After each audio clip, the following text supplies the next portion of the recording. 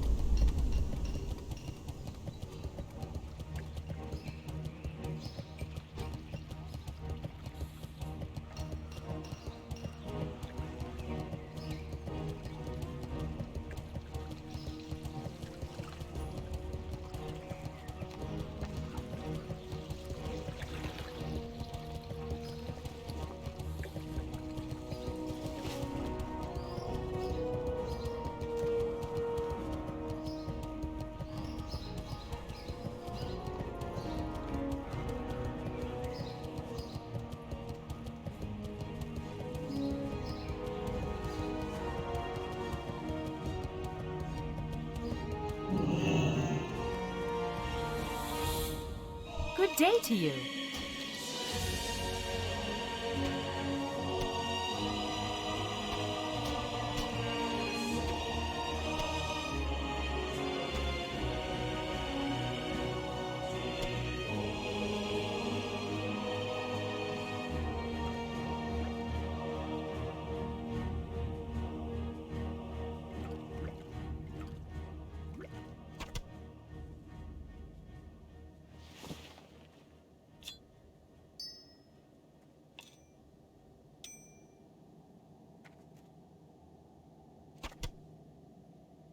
Have a good one.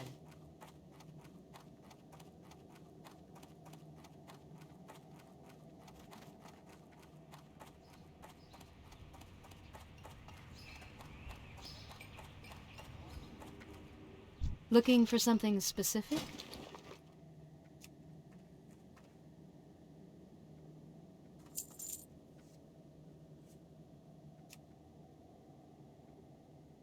Go with honor, friend.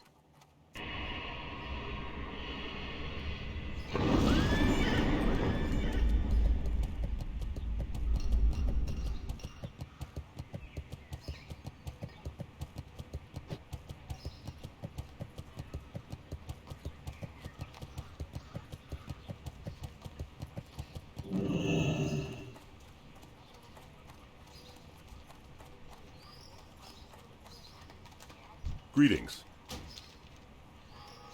Light bless you.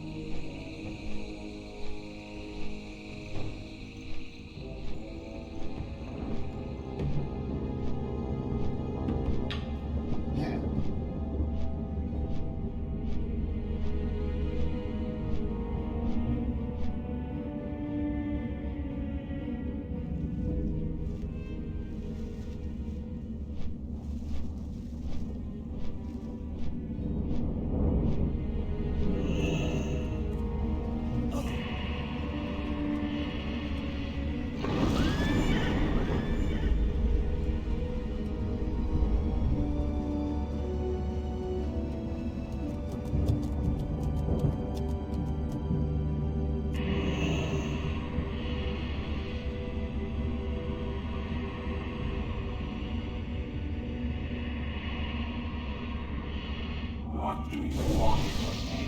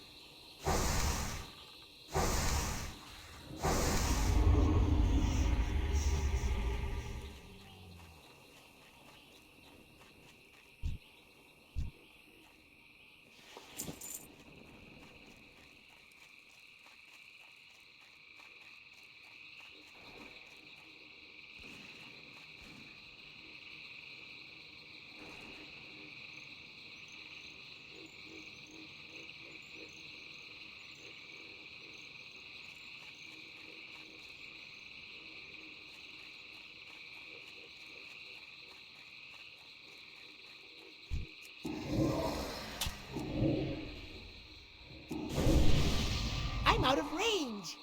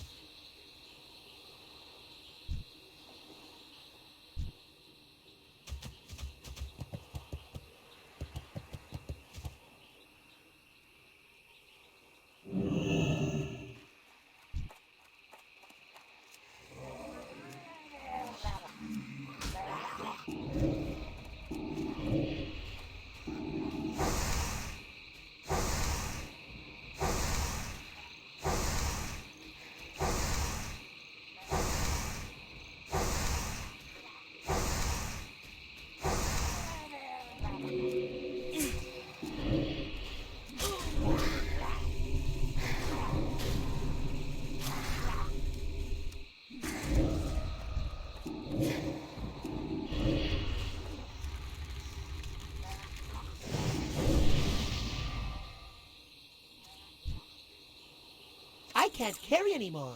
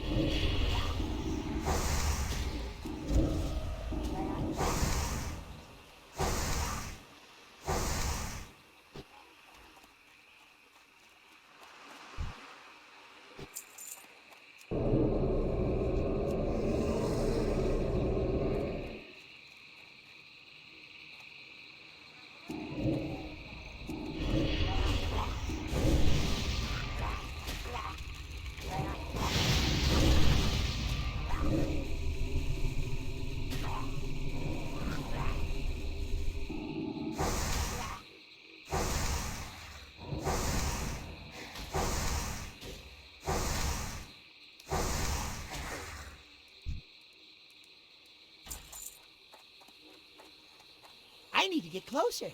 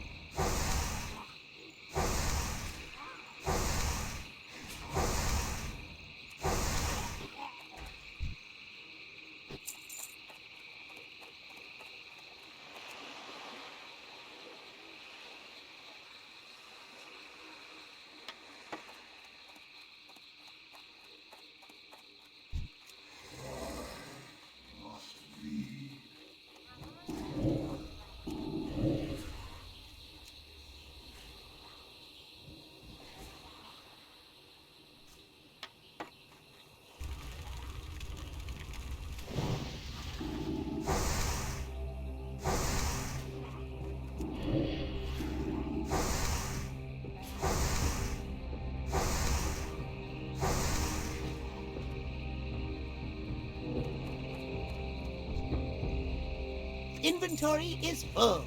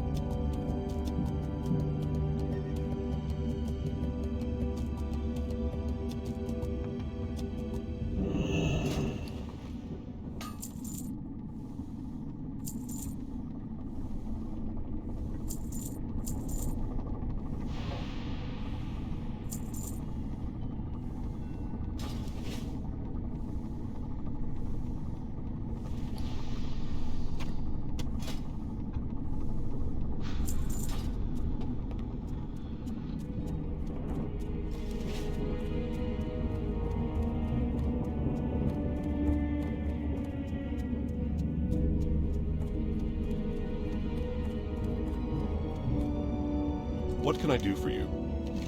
Go with honor, friend.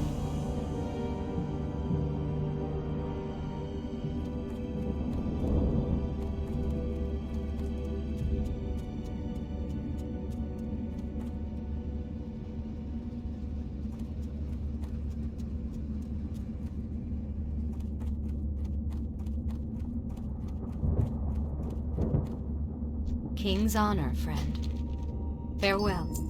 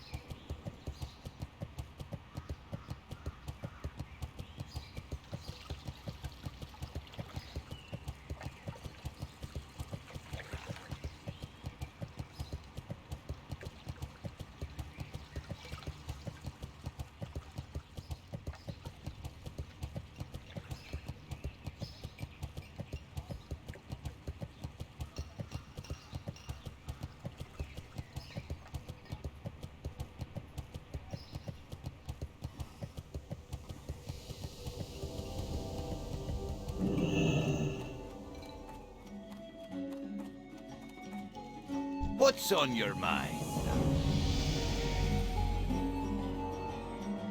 See you soon.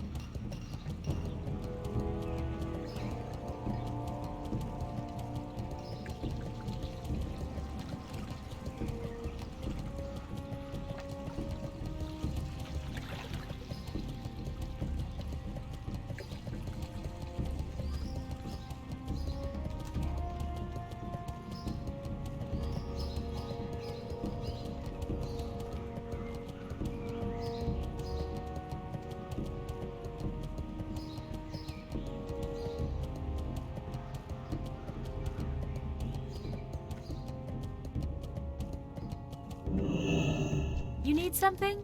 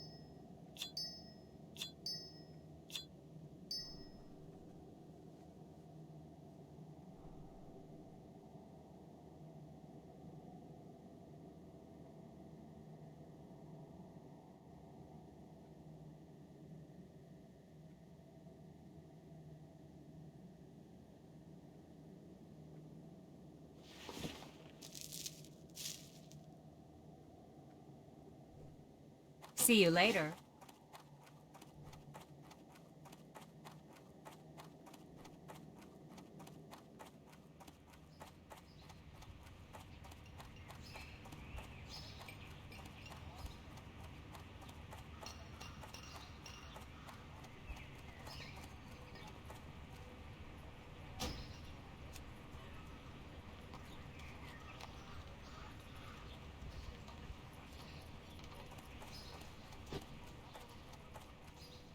You need something? See you later.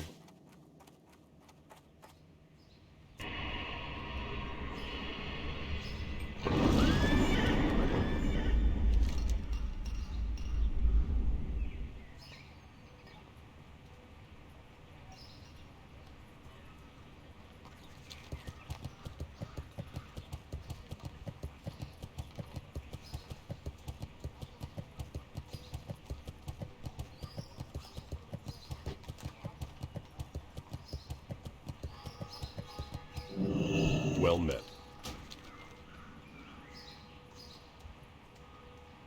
Be careful.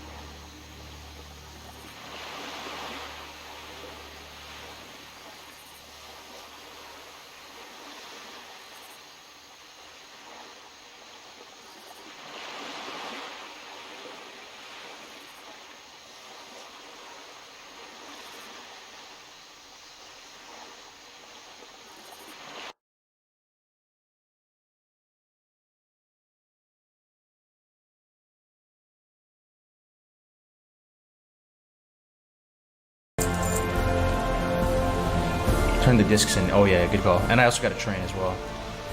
Isn't it two-handed? Do you have a staff anyway? No. From the Basilisk boss, doesn't he drop a two-handed sword? And then also, let me think if there's another two-hander in there. No, that might be it as far as two-handers. Oh, carrot on a stick though. I need that quest. You know what's kind of sad though, guys? I have 56 gold. See you soon. On this tune. Watch your back. At 42 and a half. I'm not even that close to mount. I don't know why I'm so broke on this guy. Well met. What can I do for you? Yo, Tactics with the raid, dude. Thank you so much, On the man. ground. What's good, Tactics? Thank you very much for the raid, brother. I hope you had a good speedrun sesh today. Welcome, guys. Welcome. We're about to do hardcore ZF momentarily. We just did hardcore I've the Ultimon. finest wares in the land. Gray's got Skamazed out of a weapon. Away she goes. So we're about to do ZF now. See you soon. What can I get for you today? Melon juice. Keep your feet Someone on has the the ground. mallet? No, I don't think anybody has the mallet. Unless that rogue went to the hinterlands and... I doubt it. Oh no, the rogue left, so... The rogues I think rogue is the only class in hardcore that can solo mallet. Maybe hunter too.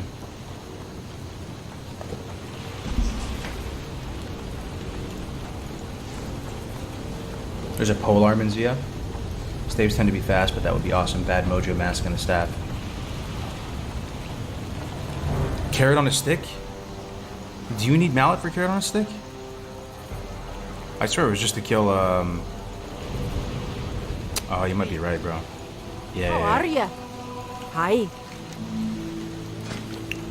Thing is, do I train, guys? Because I don't have my mount.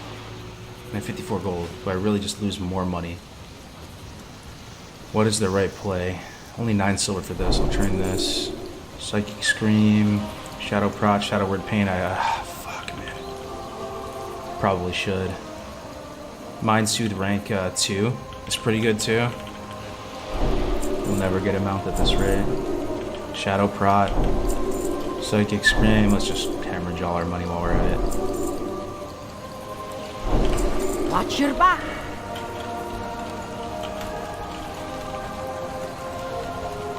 Spend the gold. Yep. Down to 44 gold again. Alright, fastest way over to Zul'Farrak is Menethil to Theramore. Let's do that. What server do hardcore players play on? I want to get in on it. We're on Bloodsail Era as far as the vanilla people go, over on NA. EU, they're on Hydrax, and then they're on the TBC equivalent of those same servers for TBC hardcore. New rank of Desperate Prayer is real nice.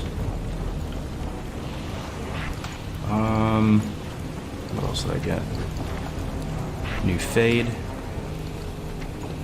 Mind Soothe rank 2. What happens with Mind Soothe rank 2 again? Oh, I think I can just use it on higher level mobs. That's all it does, okay. New Shadow Prots. New Pain. Should be good.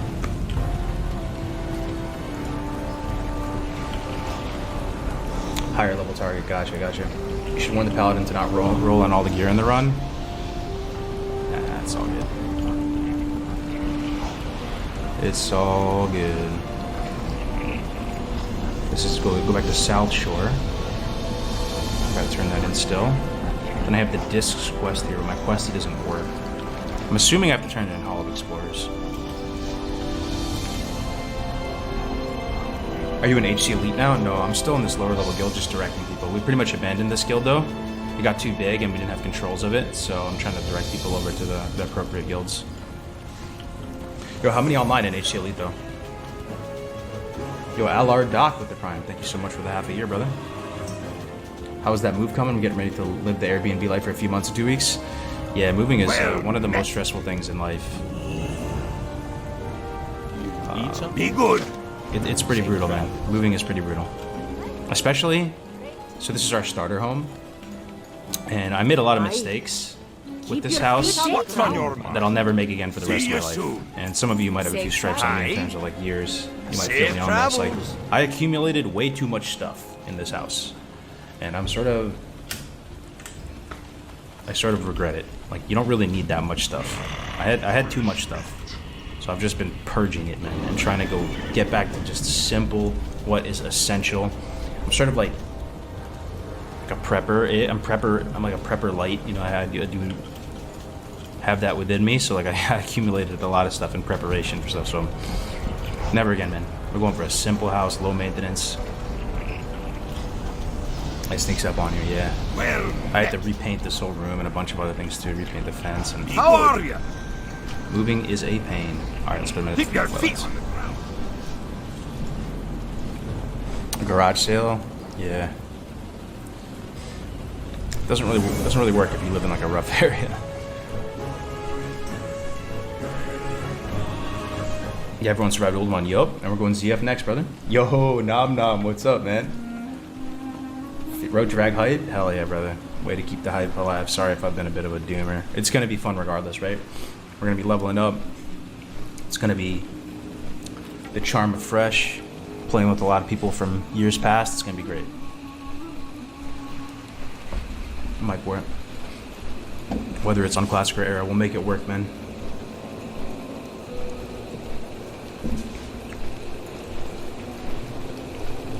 Isn't Blizzard buffing raid boss health in Classic Fresh? Yep. So it's going to be even harder for us. Even less likely that we're going to be able to kill Ragnaros and do stuff in MC. They're also bringing back mechanics that got cut or something. We were going back and forth in the Discord about it. And every boss has some sort of change, it looks like. Some are smaller than others. So our it's not looking good as far as our chances of completing it. But hopefully the people we get rallied up for Road to Rag are eager to die for the cause, right? And give it our best shot. Which classes will now be viable after the debuff limit change? It's funny because some it might feel like some classes would be more viable, but maybe they won't. Because let's say with no world buffs, the fights are going to last a lot longer. You're going to be a lot less powerful as a raid.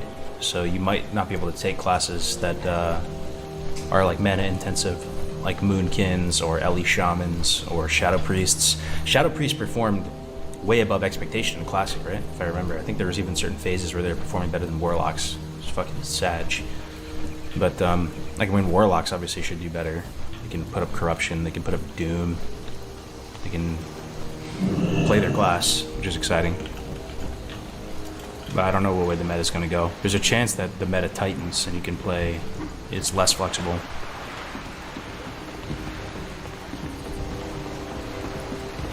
Yeah, we were in our starter home too, been purging for the last few months. Yeah. Brutal. We had stuff that we moved into this house that was still in boxes in the garage. That's min-max mindset though, all classes can work in raids. Sure. I mean, we'll just see how it goes, man. I'm not like terribly passionate about like the raiding meta or anything. It's not really like my forte, but we'll see how it goes. I do know the people that are passionate about it. They really enjoy the unique characteristics of vanilla WoW raiding. A lot of them are pretty off-put by the changes. They actually like the world buffs. And like I said earlier, what hardcore is to us in the leveling community is what world buffs are to a lot of people who do high-end raiding. But that's a minority as well.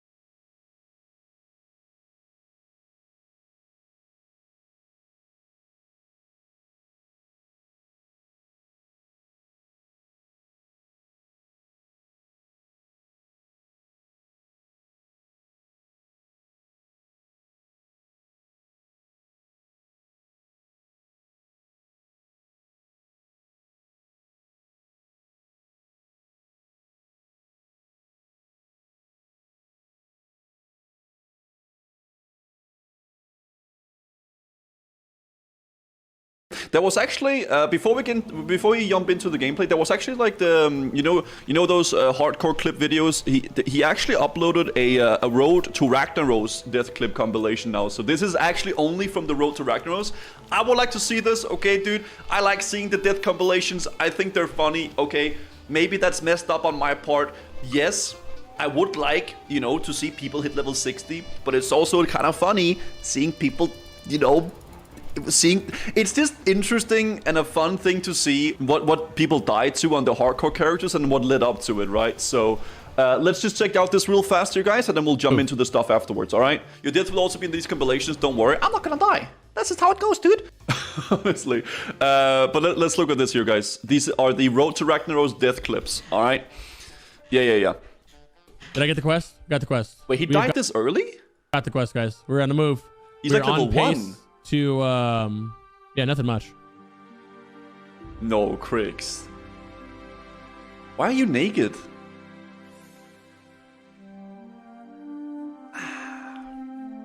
No. That I is don't like it. I have a feeling we're gonna get DC'd, guys. Strong feeling. Yep. Chat's blowing up. Yep. Cool. Well, this let me fix my. Guys, we're still not. We're still in the game. Close that out. That's basically the launch experience. That's how it goes. Oh no. I guess we get to fucking go again, eh? That was fun. You guys ever had a level 1 death? I have. There it is, I guess. You know, it happens. You think he did it on purpose? It happens. Probably so. That's a little bit disappointing. I mean, he could appeal the death, right? If he really wants to, he can appeal the death because there's a disconnect death, right? But is that worth for level 1? I don't know. I'm not sure about that. It's kind of AIDS, man. Oh, he's in the second dish good spawn. Alright, I'm gonna pull this, and you have to... I heard that they died to Hawker. I don't think I watched the death though, but I heard that they died to Hawker. Oh, like, okay, yeah, straight ahead. Okay. Tommy and just pull him, and then I have to leash it off of you. You can heal me though, right? Yeah, but not very much. He charged at me. He charged at me. Yeah, of course he does charge, bro. Come on. He's hitting me. Salami, Can you heal? Heal me. Yeah, I'm healing. Heal Keep again, running. Heal again. Alright, for it. Go for this early. I don't pop. Oh my god. I might be dead, dude. I'm stunned, dude. I'm stunned. Are you kidding me? Oh, why would we do this? We're so screwed. Speedrunner, by the way. Actually, we were trolling doing that. After this though, they did like re-level and then they got world first like duo hardcore 60. So you know they did redeem themselves. Now we're get the death early and then pump, right? I just restart. It's okay, whatever. Just restart. Just already restart. Tommy. Why is he melee refreshing the leash? Why am I healing him? Why am I swimming through a fucking 20-foot deep river, man? Oh my fucking god, man. Why did he do that? Princess? Probably a load of people died to these. Ah! Wait, did you get it? Was that Clag? No! Ah! Fuck! What's going on? Oh! Shit! Oh my god! She was typing in the goddamn macro, man. Where's Discord? Hello? And they're a duo, so they both die. No! What happened? I know, instant Billies! I threw a bomb to get I pulled 3 mobs. No, I was making the macro. No. Oh no. No, I was making the macro and I was like pressing my keybind and it was just pressing 3 in the little text box for the macro. I somehow keybind my walkability. No wonder I couldn't. I don't even know what my walkability is. Holy shit. Yeah, no, I did that the other day. I pressed You something know, and I started walking. What is it? it happens, dude. It's one of those things, man. Okay, sometimes you win and sometimes you lose. That's how it goes, dude. You'll be a slightly faster. Dude, where is this fucking mob going? I'm not going there. Oh, it's out on the tree, right? Yeah. Bobka. Dude, don't fall off the tree. I'm trying. Bobka. Shut up. Bobka, don't die, please. Ah, I pulled. Bob. I am dead. I'm dead. He needs to jump off here. Just jump off the house, man. Are you serious? Like, yes, I'm dead. Yeah. I'm dead. I've seen this one, yeah. You're trolling, right? I'm dead. Dude. Oh my god, he's actually dead. Health flat, run! I did. Oh. The only way he could have lived that right there is if he jumped off, like Tiltersil. Just jump off Tiltersil and then Hearth back up. That's how he would have lived that. Oh my god. There's a high chance he dies if he jumps off as well, but it's higher. It's a lower percent chance of dying than 100%, because if you look at the statistics, 100% chance of death is very high, and that would probably win the play. But you know, at least they died early so they could restart, right? Oh my so god. that's okay. Bobka. Elodor. Wait, he's not doing hardcore. I don't think he is. He's doing normal, I believe. Uh-oh. Is that a Pop-Tart? Dab. Yeah, he's just doing normal. I meant to do that, of course. Die and respawn at the sepulcher. I meant to do that, guys. I meant to do that. Elodor was supposed to do hardcore, but he decided not to do it. It was the next step in my quest, in my thing. It even said die and respawn, dude. It's not a fail, man. I'm just following the guide, man. Yeah, okay, I'll be there. Yeah, but there's nothing right now. Then there's one that's spawned in the cave, and then I'm done. This guy's gonna steal it, man. No, I got it. My internet? No, my internet's good. Get fucked. Ah! Somehow I got aggro on these thugs. Oh my god! It's fine. Run to us. You know what's bad when your trio is twice in a death compilation video? Like, your team is gonna be in the video twice, man. Like, fucking chain to me. Come in. Hit me. Just run. Just run in the cave. Don't touch anything. Just run in the cave. I got you. Don't touch anything. Oh my god. Get in the fucking cave. Dude. Don't touch anything. Your pet should be off right now. Yeah, dead. They're gonna pull out from me. The guy just killed us, by the way. Holy shit. Heal me. Healing you. Just keep going. Keep trying. Oh, we are dead. I don't have more mana. Yeah, we're dead. Kite. Oh my. I think the rogue that ran by, the little rogue, I think the rogue was called Brain Damage that ran by. I think that rogue pulled all the mobs, and then all the mobs just went on these guys. So they pulled the entire cave. The guy just killed us, man. Fucking no way. That's insane, dude. No fucking way. Yep. What? That's fucking insane. Dude, he has a lot of shoes. I just noticed that. I have like 2 pairs of shoes. Oh my god. Dang, dude. Holy shit. It is what it is, man. Yeah, this little rogue, if you didn't see it, guys, this little rogue right here, where is he? Wait, there's like a little rogue called Brain Damage that ran by. Just run in the cave. Brain Damage. This little rogue, like, pulled everything, I think, and then it all went on them, basically. What's up, Coldfire? What's up? I'm in space. What's up, guys? What's up? Yo. We're just watching a little bit of death compilations here, then we'll get into the memes, okay? So yeah. Jerome. Alright, Merc Deep, it was a fun time. You know what? Should we go back and kill Merc Deep? Okay, I know this is gonna be messed up, guys, but I actually cheated on you guys a little bit, and I want to be completely transparent about it, okay? I actually watched this clip off stream. Okay, like by myself. And Jerome, my man. You know, I'll just watch it. You know, just watch, guys. Just watch, man. Okay. I'm not satisfied. Kind of think we need to go kill Merc Deep. All we gotta do is kill Merc Deep. He's just sitting there ready to be plowed, though, dude. He's like a freaking quick blow and run. Okay, quick blow and run. Okay, start with a big ol' hot. What if I root his companion? That's not his companion. Jerome. Mama. I don't know what the hell I'm doing. I can't kill any of them. I can't kill all of them at once. It's physically impossible. He rooted the mob he wants to kill, and then the like ranged antis are just pumping him. Physically impossible for me to kill all of them. Jerome. Damn, Moonfire, that doesn't do anything. They all pull. Hey, Merch is here. No, no, this is a bad idea. There's a bad. No! No! Damn it! I love Jerome, but he made so. Oh my! I bet.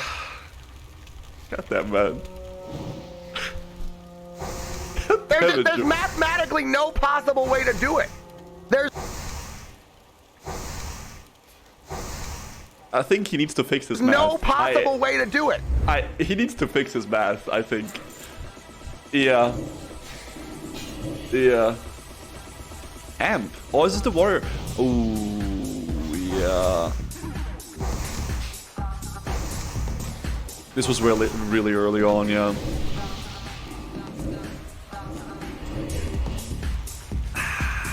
Amp. It's the curse of a warrior player, man. Okay, sometimes it's just what it is, man. Okay, sometimes you just randomly pull like 5 mobs and get netted and then death.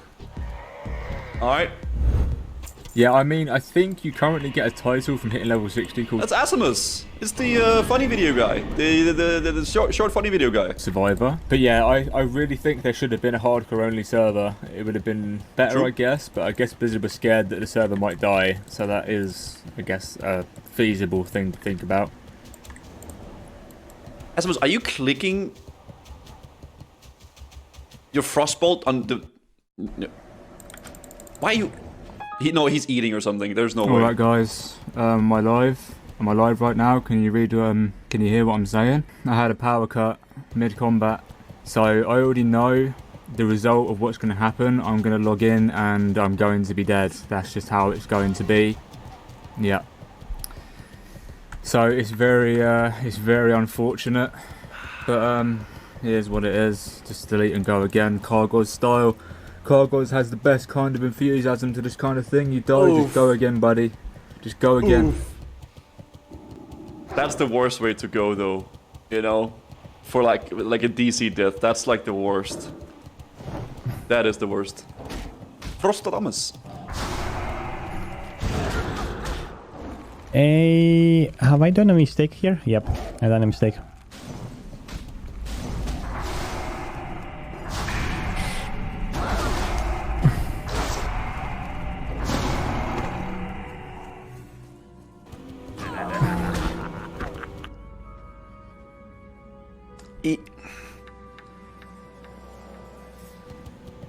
Oh my god, no, fuck. Back in 2004 when I said no. How are you level 20 and don't have Blink Frost? Oh, he wanted to do the rest of the quests before he went back. Oh, fuck. Back in 2004 when I started playing World of Warcraft, porn was rare, dude. You remember that? The guy's sitting talking about porn, and then he's... I don't know, one dude at school brought like porn to the class, you know? Oh my god. Maybe you shouldn't do Yikes, that. I'm dead. Yep. Yep. It's time to go to bed. Did he really put all 3 of Frost's death like in... Oh my god. You look pretty tired for level 30. Is that a restart after that? Oh, 2 restarts. I look pretty tired. I just woke up. Why would you make your breath bar literally more small than... Frost! Okay, why would you make your breath... Look, this is the breath bar, right? You see this? That is breath bar. Why would you do that? Dude, holy shit, I just started the stream. That's not a good sign. If I look pretty tired at this hour. It's standard? Well, then change it then! That is horrible! That is not nice! Oh, that's not good. I was reading chat, dude. I wasn't paying attention to my breath bar. And the guy was like, Frost, You look pretty fucking tired, and I was trying to... What the fuck? Oh, that's the perfect streamer move, man. Just blame chat. Blame chat and you're good to go, dude. Yeah, you're chilling, man. Just keep going. Yep. Oh.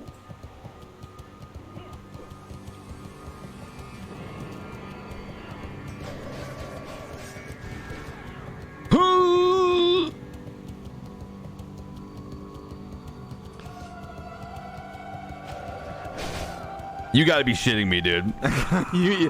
you gotta be fucking shitting me, man. Okay, what the fuck, dude? Oh my god. He went for the greedy corner cold play with no frost armor and like half health, man. Bro, what the fuck? I just don't even know what to say at this point. What the fuck, man? Sitting Coif. They're on 15-minute delay. Damn. Am I reading this right too? Is X-Ruse really level 15?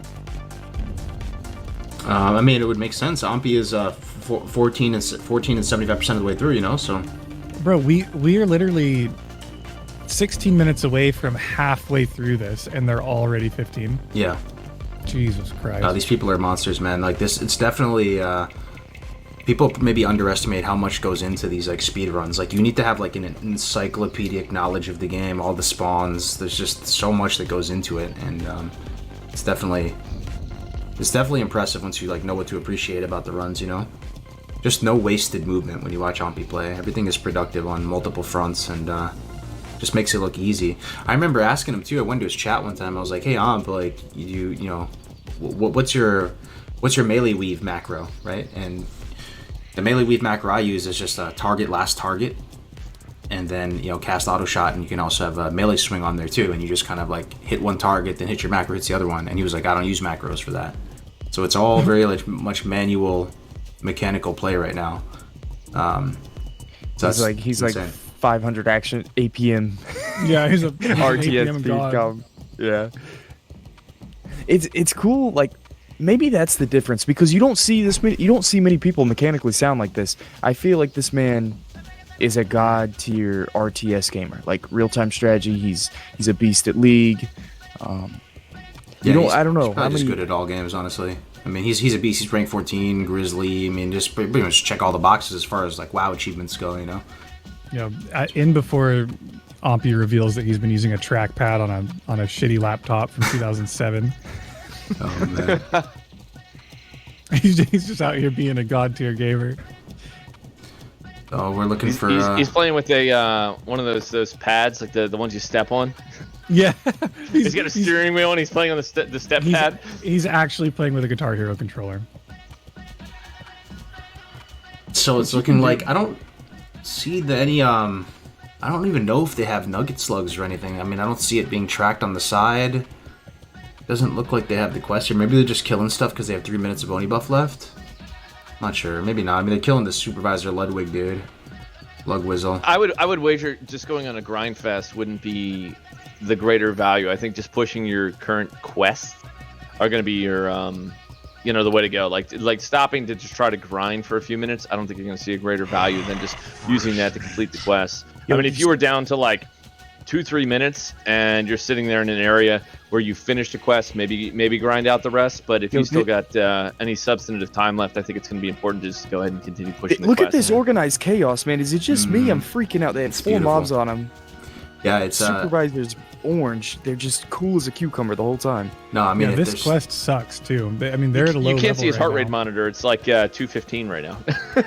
I mean, if anyone like maybe is new to the speedrunning scene or unfamiliar with how Hunter works, they have 2 different swing timers that they manage. They have their auto shot, which is related to their ranged weapon speed, but they also have a separate melee swing timer for their melees, right? So when you watch Omp play, you just really see that he tries to get value from both of those swings, both of those cooldowns, both of those resources as much as possible. So while the ranged weapon is cooling down, you'll see him swing with his melee, and then just try to get value from both.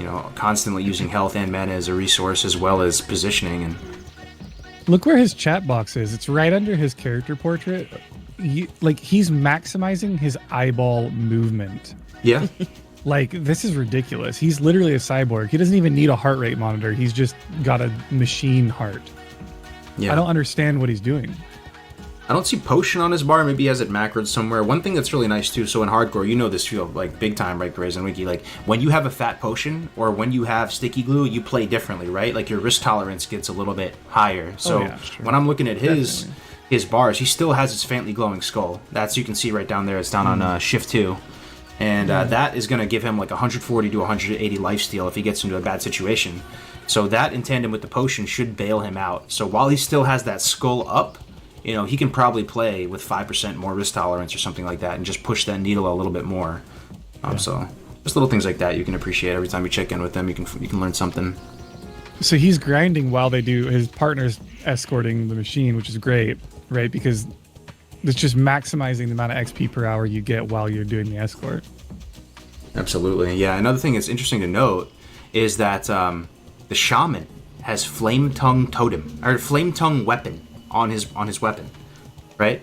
I have full confidence in these people that they mathed it out and they like know what is optimal right now, just based on the way they're playing. But that's something that, you know, I'm leveling a shaman right now and people are saying, you know, flame tongue, only use that, you know, if you're in a dungeon and you're trying not to get threat or something like that, always use rock biter instead. But maybe he just got a fresh Rock Biter's more consistent, but like on Shaman 1 to 20, if I'm not wrong, I think it's if whatever rank is higher for your weapon enhancement. So if you have a rank 1 Rock Biter and a rank 2 Flame Tongue, then you put Flame Tongue on until you get a rank 2 Rock Biter, then you go back to Rock Biter. Yeah, if there's ever something that was going to convince me that's the case, it's watching this right now to see what they're doing in action, you know, in practice during like a tournament that has money on the line. I definitely felt that with shocks, right? You get a new rank of Flame Shock, you get a Frost Shock, you tend to use just like the highest rank shock, you know? But yeah, and I think you might be right on the money right there, Wink. I have played a Shaman for 15 years. Breaking news. Breaking news. So these guys are level 13. We just had a level 13 group go 6 feet under. The sheep, did we caster curse them? We caster cursed them. Guys, we fucked up, chat. Pull up his chat what right happened? now. Wait, what? We caster cursed them, guys. Holy Spirit. Oh Doesn't no. even release yet. We caster cursed them. Can I clip it? Yo, this is the saddest thing. He's just gonna let it time out, man. As soon as you die, you want to hold on to your character as long as you can. I wonder what did it. Blood Pet and Shoot. I wonder what did it, man. Was it a boar? I can clip it if you want, but I'm pretty sure Navik's on the clip right now. Navik's on the clip? Oh, I think they just went offline. That field. Look at that most recent video. We can go back and watch, I think. So, Kargs, you can go to someone's most recent videos and watch like what happens in while they're still live. You just go to their video and click on the most recent one. Yo, they had the same XP as Zombie just did. No way. These guys were at the top. I mean, they were top 5 contenders. Oh, is it Zombie 14 or Zombie 13? Carefully though. I think Zombie was 14 and change. These guys are 13 and change. Oh, these are 13. Sorry. Tell me the Horde pack doesn't come by and kill these guys. Oh no, is that what it is? I don't know. I'm watching with your delay on. This is moments before he dies, so. Looking for a boar charge? So far, it's fine. I mean, I guess he's kind of low versus Spider. I mean, they're vibing. It's just a click lurker. He's a few percentage points away from being able to get heavy spiked mace, like the big ticket item of the level range. That'll carry you to the end of the competition. Yep. Unless you happen to get like, you know, blessed run epic drop. No, well, not epic, but you get a god tier drop or something like that, which is ultra rare. Oh, here it is. I think he's about to die. The croc from the edge? Oh, maybe not. Dude. Is it a crocodile that gets him? Oh, did his teammate die to the poison? What happened here? Dude. Also, remember to use He's casting a fat holy light. He's good. Oh, you see the horde pat in the distance? Yeah.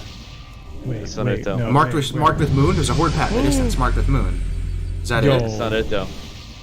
Oh, that's not it. Dude, I feel like I'm on the edge of my seat, bro. This is what F's and chat feels like, Grace. I know what it is because Navik said it in chat, but. Guys. Yeah. I'm just gonna get this. Well, man, I don't think it's. He's going closer to the horde pat. Freaking me out. Tell me they pull the horde pat. Life would be so good if they pulled the horde pat. That'd be a sick death clip, though. That's one way to go out. Bear meat. Grace and I are over here reapering it up, dude. We're just ready to roll. Speaking of Reaper, there's this chip that super spicy that I hear if you eat it, it burns the shit out of your mouth, Grace. You heard about that? Never heard of it. Dude, what are you talking about? I think he's getting scared. I like saying it because I think every time I bring it up, it makes you feel more awkward, and you're more worried about how bad it's gonna be, and that's just gonna make it worse when you finally get to doing it because you're gonna be like, oh shit, this is gonna be terrible. Then we'll go to the north. It is gonna be terrible. I advertise. And the thing is, I just want someone else someone else that I know to feel the way that feels. Too. I feel comfortable advertising it to about 100 people, soon. but whenever we're on cargo stream, I realized maybe this isn't a good idea. Oh, here it is. This has got to be a double bore. No? Oh, it's a croc in a boar, maybe? Is it the croc? Double croc. I see it. I see it. I see it. It's like Beautiful Mind. It's all lining up. Yeah, I feel like we're watching Final Destination. Though. Yeah. Wait, no, what? That's a red It's a fucking rare. rare. Oh! No, it's red. Oh! Debated, dude. Oh! What is that? What is I've never that? seen that. What is it? Bubble. Oh. Dude, that thing slaps. It's over. You telling me the pally dies? Lay on hands on the... Running. Yeah. Oh my god, bro. Gouge. Looks like they make it, though. Oh my god, that thing is coming in hot, dude. It's like a Scud missile. Wait, It's not resetting either, dude. That's following forever. That's following forever. There's nothing resetting the leash. Dude, that thing's on a mission, dude. That thing wants blood. Oh my god, dude. It's literally the southern end of the lake. I've watched... He's Captain Hook and he's going after the hand. No, that's my bad. Whatever. What is that croc? Look how I've far never he seen swims that croc back. in my life. Can we watch that again? Holy moly. I don't Just hit understand J on your keyboard, Cargos. It'll go back 10 seconds. Yeah, Winky's a big No, that's one. my bad. Dude, let's see how long this Damn. crocodile follows them, man. We've seen so many death clips at this point, right, Grace? We've been playing this hardcore for like 10 months. I've never seen that crocodile kill someone. I've never seen that crocodile, period. OMG, what the fuck barbecue? Dude, Dawkin, we're doing it. We're reviving it. It's coming back. Okay. Because the thing is, it WTF looks just like a on regular croc. How would you know unless you... Keep moving. He doesn't look oversized or anything. He almost looks smaller. Then we'll go to the north and I'll that puppy. start with the bingo. So next, I think the pally refreshed the leash by casting a buff on the rogue, like a. Dude, I've never seen that croc, man. Now I know. Now I know. Thank you for the death clip. Thank you. Yeah, Never we replay need that. Alliance. Subconsciously, you know, the next time I'm leveling my Alliance character, is that him on the left? It's him just next to the water. He looks like a normal crocodile. Yeah, he doesn't. Insane, man. He's a little bit bigger. What level is it though? Can you tell? I have bloomer eyes. I can't really tell. 20 something. It's got to be like 20 something, 21. I think it's 22? 16. I can't see, dude. I can't see my eyes. The quality's a little bit low. Let's see if he did everything good. Does he lay on hands? 50 health? No, he didn't lay on hands. No, no. You good? Certainly. Yeah. Yeah, you get lay on hands at like level 6 or something. Yeah, he like still that. has It's lay on broken. hands. Rogue is low. He's So targeting Rogue's himself. moving. Where the leash? Don't touch. Because it looks like the crocodile should have leashed back at this point. Look, so he just buffed the rogue. That's what Navik is thinking. I He's don't trying know to how bop himself. Oh, he didn't lay on hands. Oh no. I think they were just freaked out, man. Like honestly, Yeah. 20-something red crocodile chasing you for like 9 million yards. You can clip it. Yeah. Dude, it's so easy to forget stuff I like don't that. Like, understand you could throw marbles, you can throw glue, you can throw whatever, pop a potion. You see people doing like all kind of stuff like that, man, where they just lose their brain. They lose How their did it brain and stay they forget. leashed so long? They even said, "How does it stay leashed so long?" It was so true, man. That was insane. Oh, Cheesy Goodness, here we go. We're checking in with them. He played double mage last time. To some success. I remember him on the last cup. They were AoE grinding Knowles here together as double mage. It was pretty fun to watch. In the cup before that, he actually did really good. Wasn't he the Warlock lead? Yeah. He was Warlock lead in one of the cups. I remember that. Yeah, he's a sleeper runner, man. I'm telling you, this guy's big brain. He is. He's got a little character in the regular hardcore style. I like his little curly Q on his. Is that a intentional? I don't know if that's a hairstyle. He made a little man bun for himself. Oh, did he? You see No, he that? did on accident. Oh, Yeah, okay. That's not intentional. Cheesy's this is my sleeper pick right here, guys. This is who I think is going to take it, and I think the other teams are all going to die. He's good people. And I have no paid actors that are making that happen. Oh, the green tea leaf, Jerome's favorite item. The green tea leaf. Of course, Jerome's in his chat right now as he's looting green tea from these mobs. You'd love to see it. That item actually heals you, I think. Over time, it's like a hot. Groups of 6 at a time. Oh, it's hot, all right. Wait. Explain this to you. Is that drop from the Knolls here? Yep, I think it's only these mobs. They drop something called green tea and PvP. No, it's just it's I'm called so green not tea familiar leaf. with that. You see that little silver leaf looking thing right there? It's an item. I don't know if it shares cooldown with anything else, but you use it and it gives you a heal over time effect on yourself. That I think it persists in combat too. Very nice. Very cool, right? That mind. We have 4 teams at level 15 confirmed. Oh, chat saying from the herbalist, it's an instant heal. Oh, it's instant heal, not okay. It shares a cooldown with I had no nothing, idea, actually. man. That's really cool. Yeah. Oh, expires in combat. Okay. Gotcha. Appreciate it, chat. All right. Should we look at the leaderboard? What do you guys think? What's the move here? Let me see. It's up to you. There were a lot of. Up for a second. Okay. Yo, Samwise GG is in chat. Any OCE boys here? Absolutely, Sam. Yo, Alenia. Alenia's holding it down. The champion of Oceanic. Check the leaderboard. I'll post the link there. Also, everybody, make sure you click the link to go see what Surfshark's all about. Best VPN on the planet Earth. Supports the hardcore community. We support it back. Hell yeah, putting up the prize pool. My soul was a little refreshed on that death clip. We're hitting the 4-hour mark. This is halfway, guys, and the death clips are only going to continue to roll in. Last time, 2/3 of the community members, out of all the applicants that were playing, died by 8 hours. So, I mean, we're maybe 25% of the crowd is dead right now. We should really start to see the deaths roll in pretty soon. Like I said, the fatigue's kicking in. The mobs are getting a little bit harder. And it's just a combination for some nice You gotta stuff. remember people like Elenia. What time is it over there? Oceanic? I mean, I have oh my no god. idea, man. It's got to be. Oceanic always takes the L with tournaments and stuff like that. They're used to just waking up at obscene hours to try and make it work. I feel like she made up some time, though. They're doing good. They're 13. They're starting to... Is Alenia packing like a bunch of snacks on that couch behind her right now? Yeah, I think she's actually sponsored by Takis.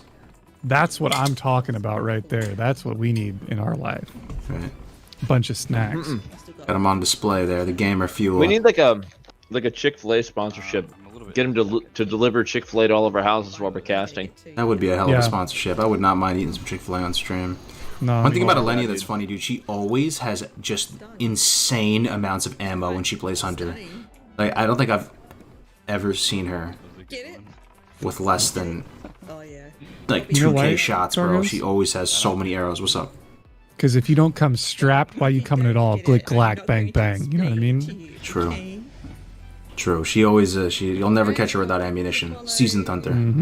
Yep. That's the other thing too, though. Like if you're fighting backspace for some reason, it's always easier to just delete it. Like if you need the space, you can delete it.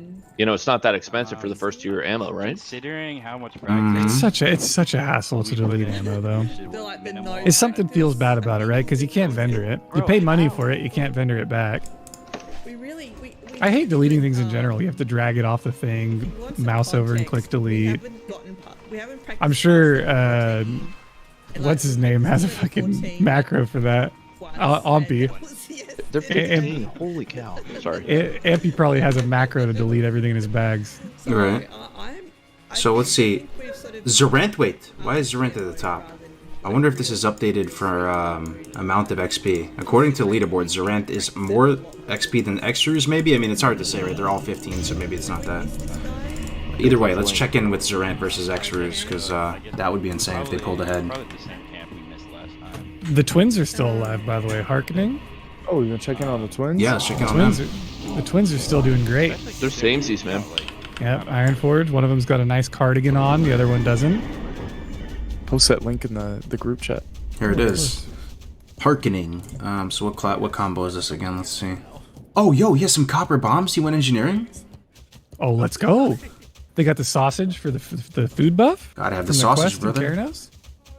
What is that DI looking thing? You don't get DI at this level. What is that? Where? Next to on the bottom bar. See, it looks like DI. You wouldn't want to accidentally click it. Why would you even try? I don't even trade it because if you hit that, you're done. Like that's it. It's the end of your game. What is that? Yeah, I don't know what that is. I mean, you get DI way later. It can't be DI. You get DI like way later. But I mean, there's no way to get copper bombs. I mean, you have to be engineering, right, and make copper bombs. There you go, that's utilizing. Yo, this is next level. Not only are they utilizing the duo slash follow, if I had to bet, Homeboy's gonna bring his brother some food upstairs. So what is that? Is he bringing food? Yo, oh, he's feeding the dog. Yo, this is highlight of the day. The tactical follow. He's making some avocado toast for his brother. Oh, maybe not. Avocado toast? Maybe not. Tactical stretch. He's like, bro, beer me. No. Yo, they have double Dungeons and Dragons shirts on right now, Doc, and tell me that isn't awesome. That's pimp, dude. I think everybody That's needs a brother like that. How do you know it's a D&D shirt? I zoomed way in. He uses Zoomer Vision. I use my Zoomer Vision. I don't have Zoomer Vision, guys. That would be. I'm over the hill. Zoomer Vision. I turned 29 last month. I'm over the hill. Dude, I'm in my early 20s until I turn 30 next month. Wait, you're in your early 20s until you turn 30 next month? Correct. And then you're in your early 30s? No, then I'm 25 plus. Oh yeah, I feel it, dude. I'm with it. Yeah, that's what I'm. Then you're an old man saying. like me. No, I'm saying I'm calling myself 25 plus. Yeah, when we go to the bar, we'll just tell each other. We'll back each other up. You're gonna ask how old are you? 25 plus. 25 plus. 25 plus. Yo, Foe Reaper. It's just targeting the Foe Reaper. I don't know if they're gonna go after it or not. Ooh, Foe Reaper drops a bag, dude. Big worth. Who's targeting it? She was. Maybe somebody was killing it. I couldn't tell. I never actually see that guy spawn. Oh, I thought they were running from it. It's just Pasta. I want to see if Pasta's playing. Let me see. Pasta is playing. Good job, DeQuissy, though. Great. I mean, great job, DeQuissy. You know, chugging along, level 11, chilling, living the dream. Not dead yet. Northern camp. Okay. All right, let's check out Pasta. Pasta is playing with Illithorn. We haven't seen the stream all day. Illithorn's mad cool. Yeah, he has an amazing game room. I did this like trivia thing with him. We should have the same. Yo, his That stream doesn't looks look like kind of Pasta crazy. at all. No. Pasta's bottom right. You know how it's so mysterious and you can't tell who it really is. It's probably because he's using Surfshark to hide his identity while he's online. I'm just saying, guys, if you're looking for a VPN, use the promo code Cargos and check out Surfshark. This guy really took the hardcore assets and made them his own. I mean, his stream looks pretty epic. Got some frame drops here, but look at Pasta's hat, by the way. That's a dope hat. Little quest giver hat. Oh yeah. See that? Okay, tell me this, right? If you were a single gentleman and you were out somewhere and you saw a chick wearing that hat, if you had a half a pair, would you not walk up to him and be like, "I'm here for the quest"? No, brosales.com.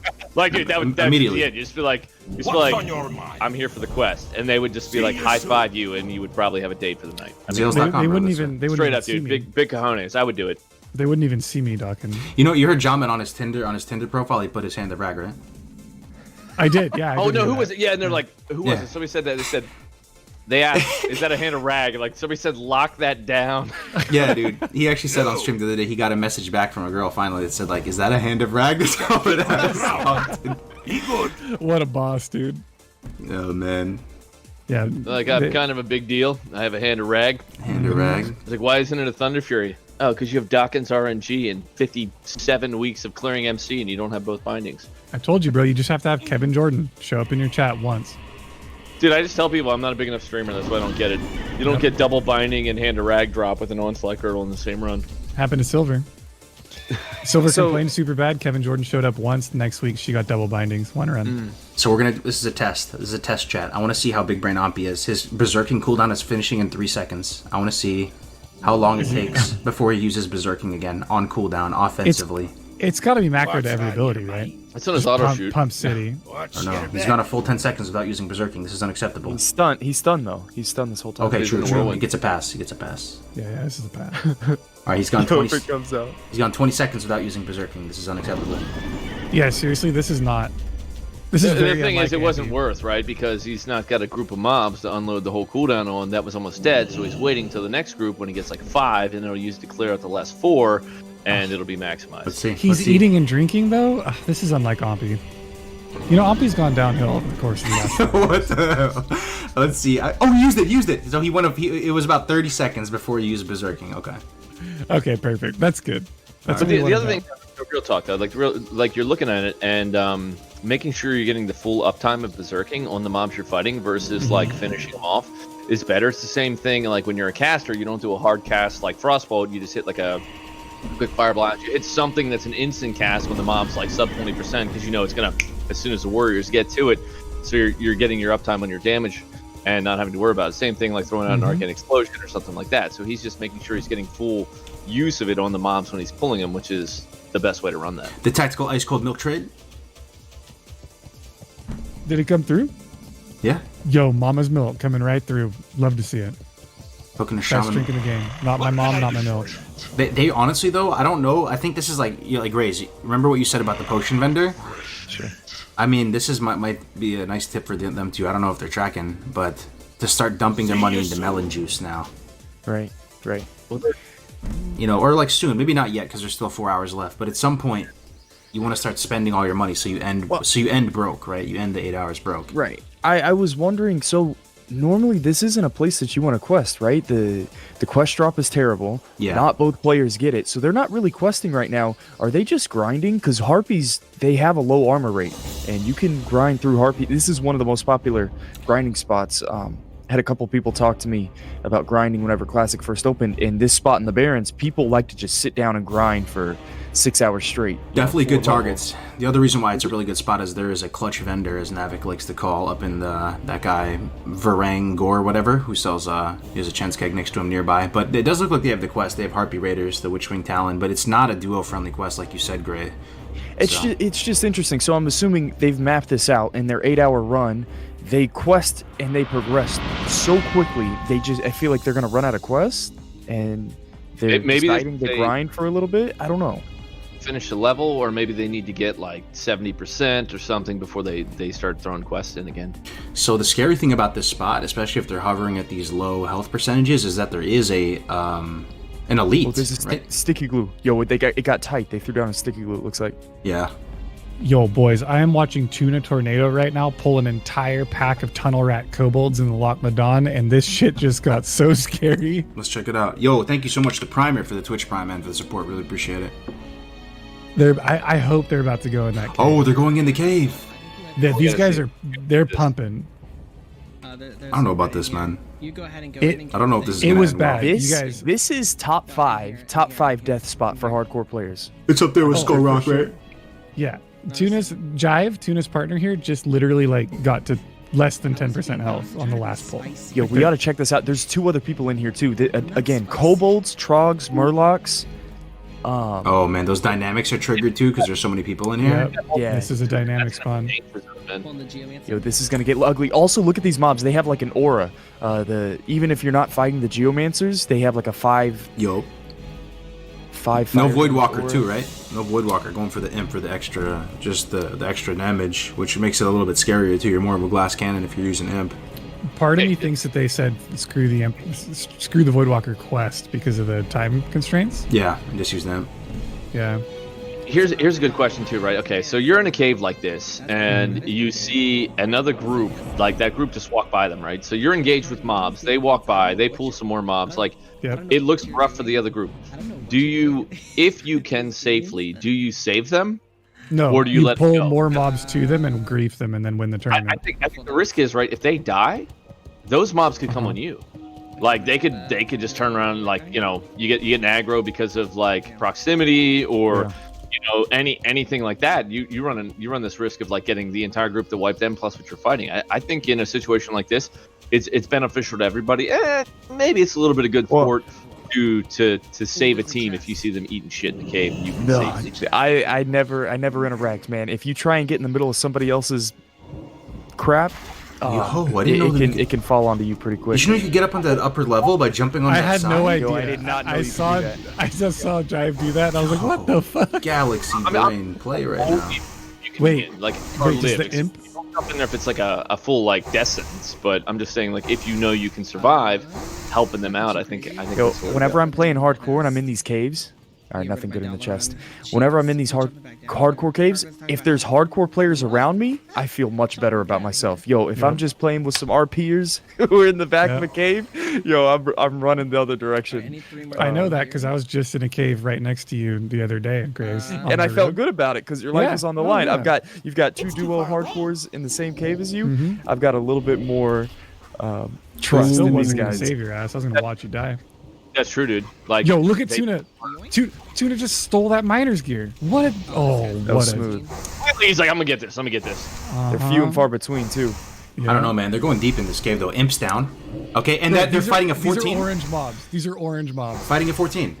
Resist. Oh my god. Yo, fighting a 14, you get 2 respawns on top of you. No imp. Talking Resist again. French toast. French toast? Oh my lord. God, why are you talking about food, man? I'm so hungry. Dude, they need to get out of this cave, they guys. need to be very careful in here right now.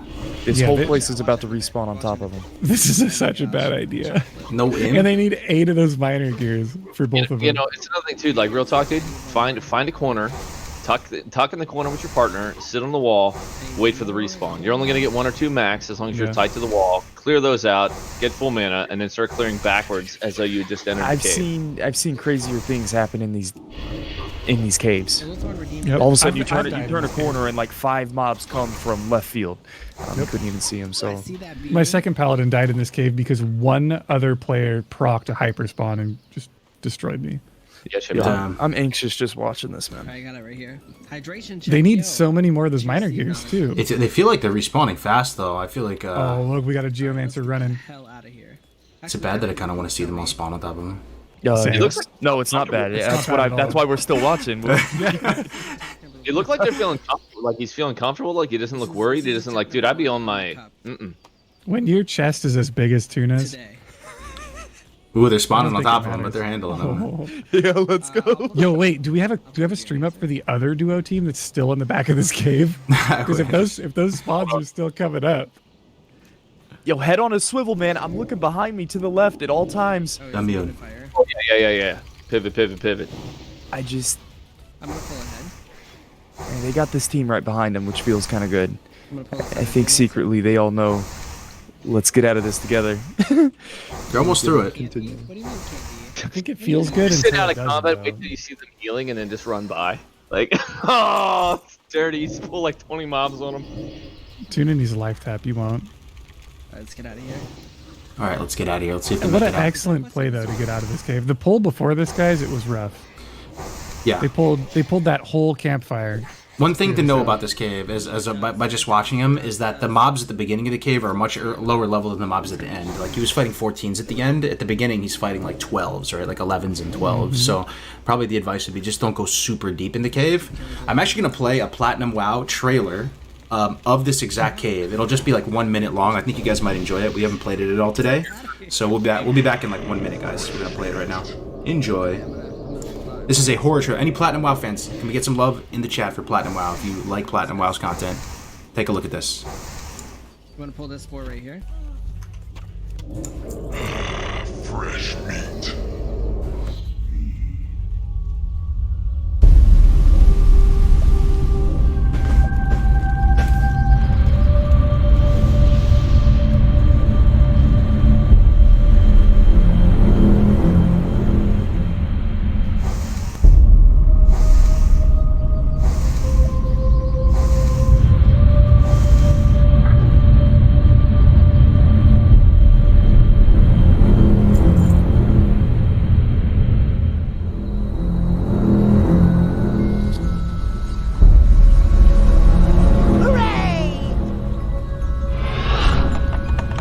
Wait here, please.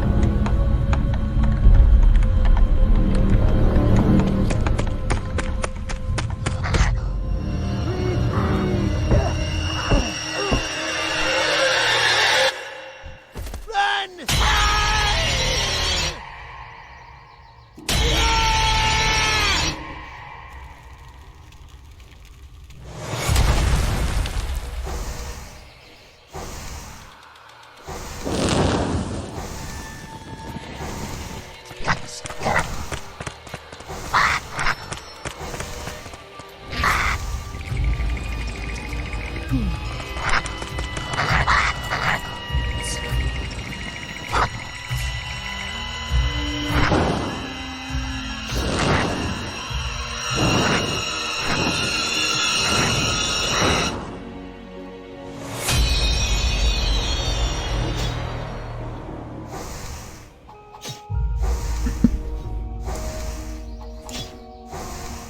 Hope you guys enjoyed that. Platinum WoW, a big friend of the channel. He's hooked us up with trailers like that in the past.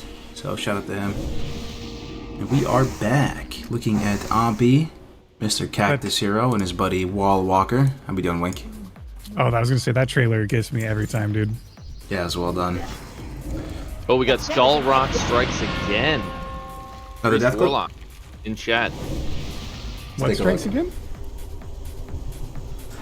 Oh, Skull Rock. Yo, real Mr. Pink with the tier 1. Thank you so much, man. Really appreciate the tier 1 support, brother. Welcome. Welcome. How many subs you need to sing song, Cargos? I heard you're a good singer. I don't know, man.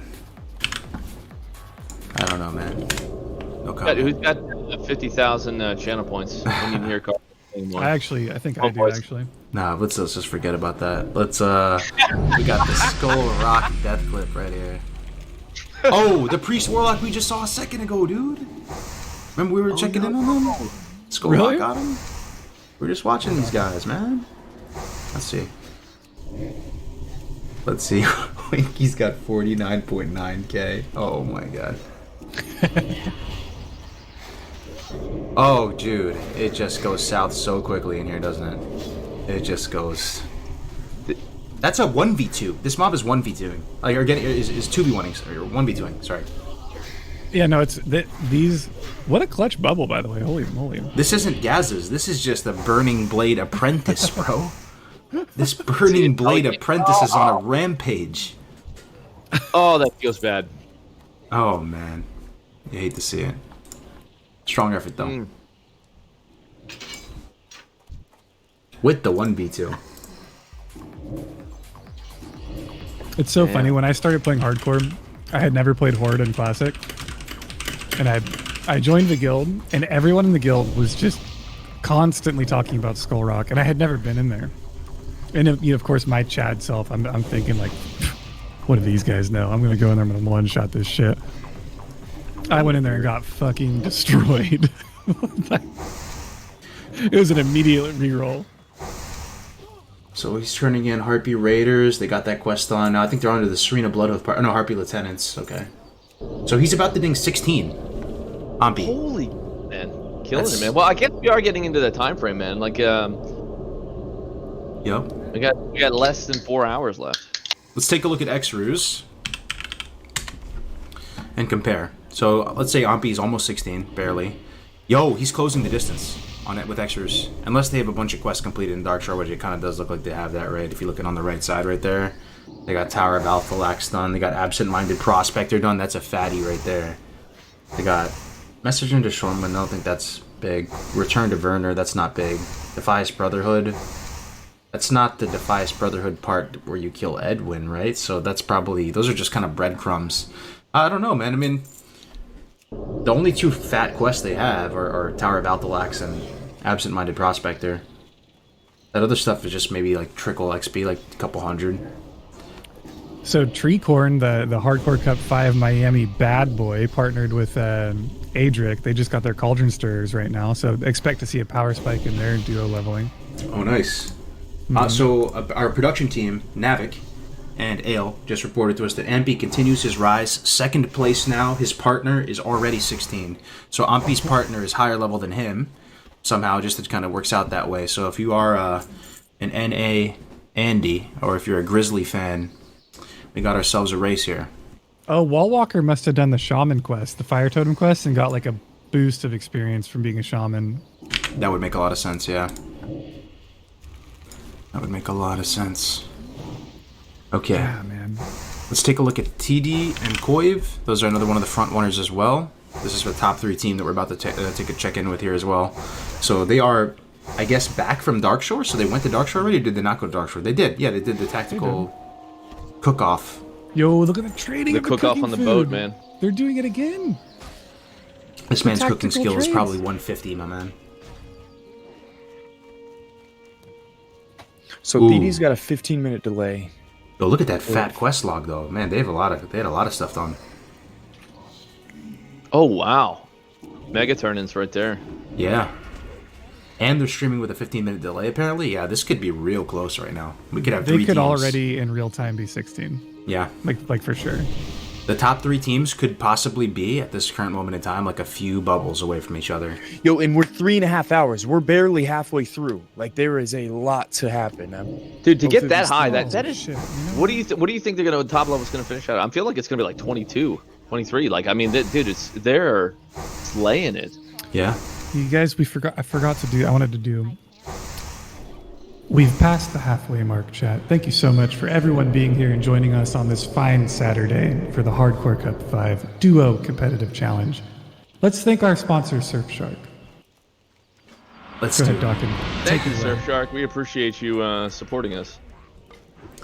Yeah, guys, if you're in the market for a VPN, a lot of people use VPNs these days, either to get around region locking or just to give a little more security and anonymity. Surfshark, just know that they sponsor the prize pools here, so they help make this sustainable, because we probably wouldn't be able to do this if it wasn't for sponsors like them. So, if you're not sure, I just posted a link. Just click on that, the Doc and TV link, and then hit the follow button, and that'll get you a surf.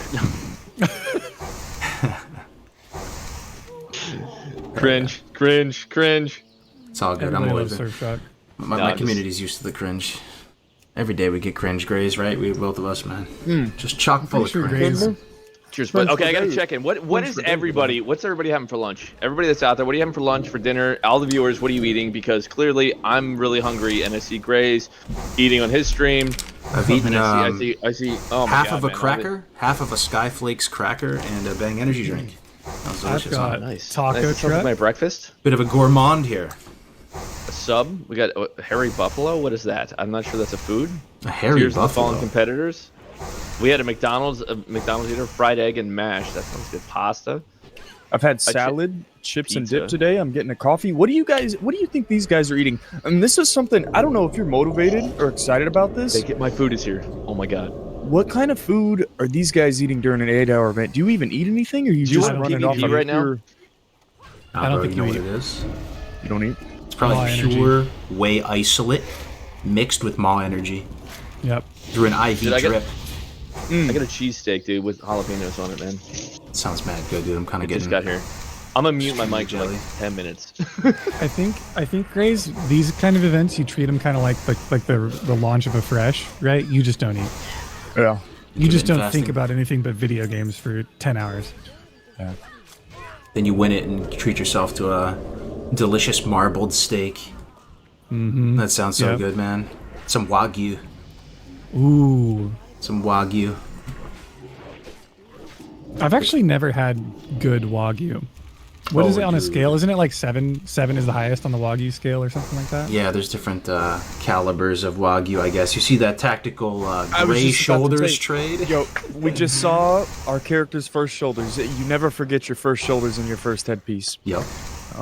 That was a special moment to see live. Big misplay, though. I think the Rogue doesn't have the Defias mask. You hate to see that.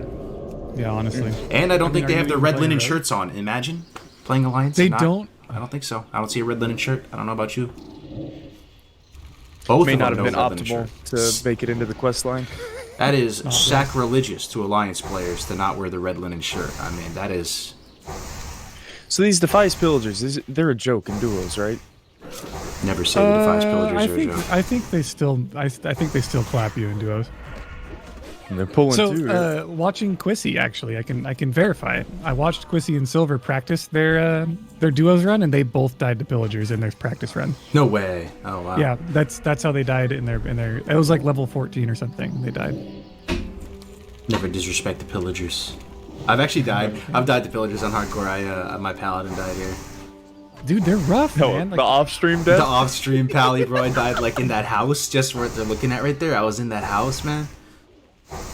Moonbrook is a scary place, guys. Yeah. Moonbrook is not somewhere you want to be. I mean, it's nice if you have an interrupt, like you're a rogue, you have kick. But even then, those pillagers, they crit with 1 fireball, and then you're getting 2 shot. 6 scoop mob via catheter big bumper mode. What a comment. Yeah, that's probably what they're drinking. Let's be honest here. Oh, yo, heavy weight stones in his bag. That's gotta be what that is. Oh, that's awesome. So not only the sharpening stone, that means, because you don't get heavy weight stone until you level up blacksmithing a little bit, right? That's not something you make immediately. Don't you need like 40 blacksmithing or something to make heavy weight stone? Or like, when did they find the time to level blacksmithing? I was gonna say, what level are these guys? Probably on a damn boat ride, dude. They dropped the pocket anvil or some shit. I think I haven't leveled blacksmith in quite a while, but I thought the weighted and sharpstones were the same level. Am I wrong? I'm looking it up right now. Hold on. I think they're 16.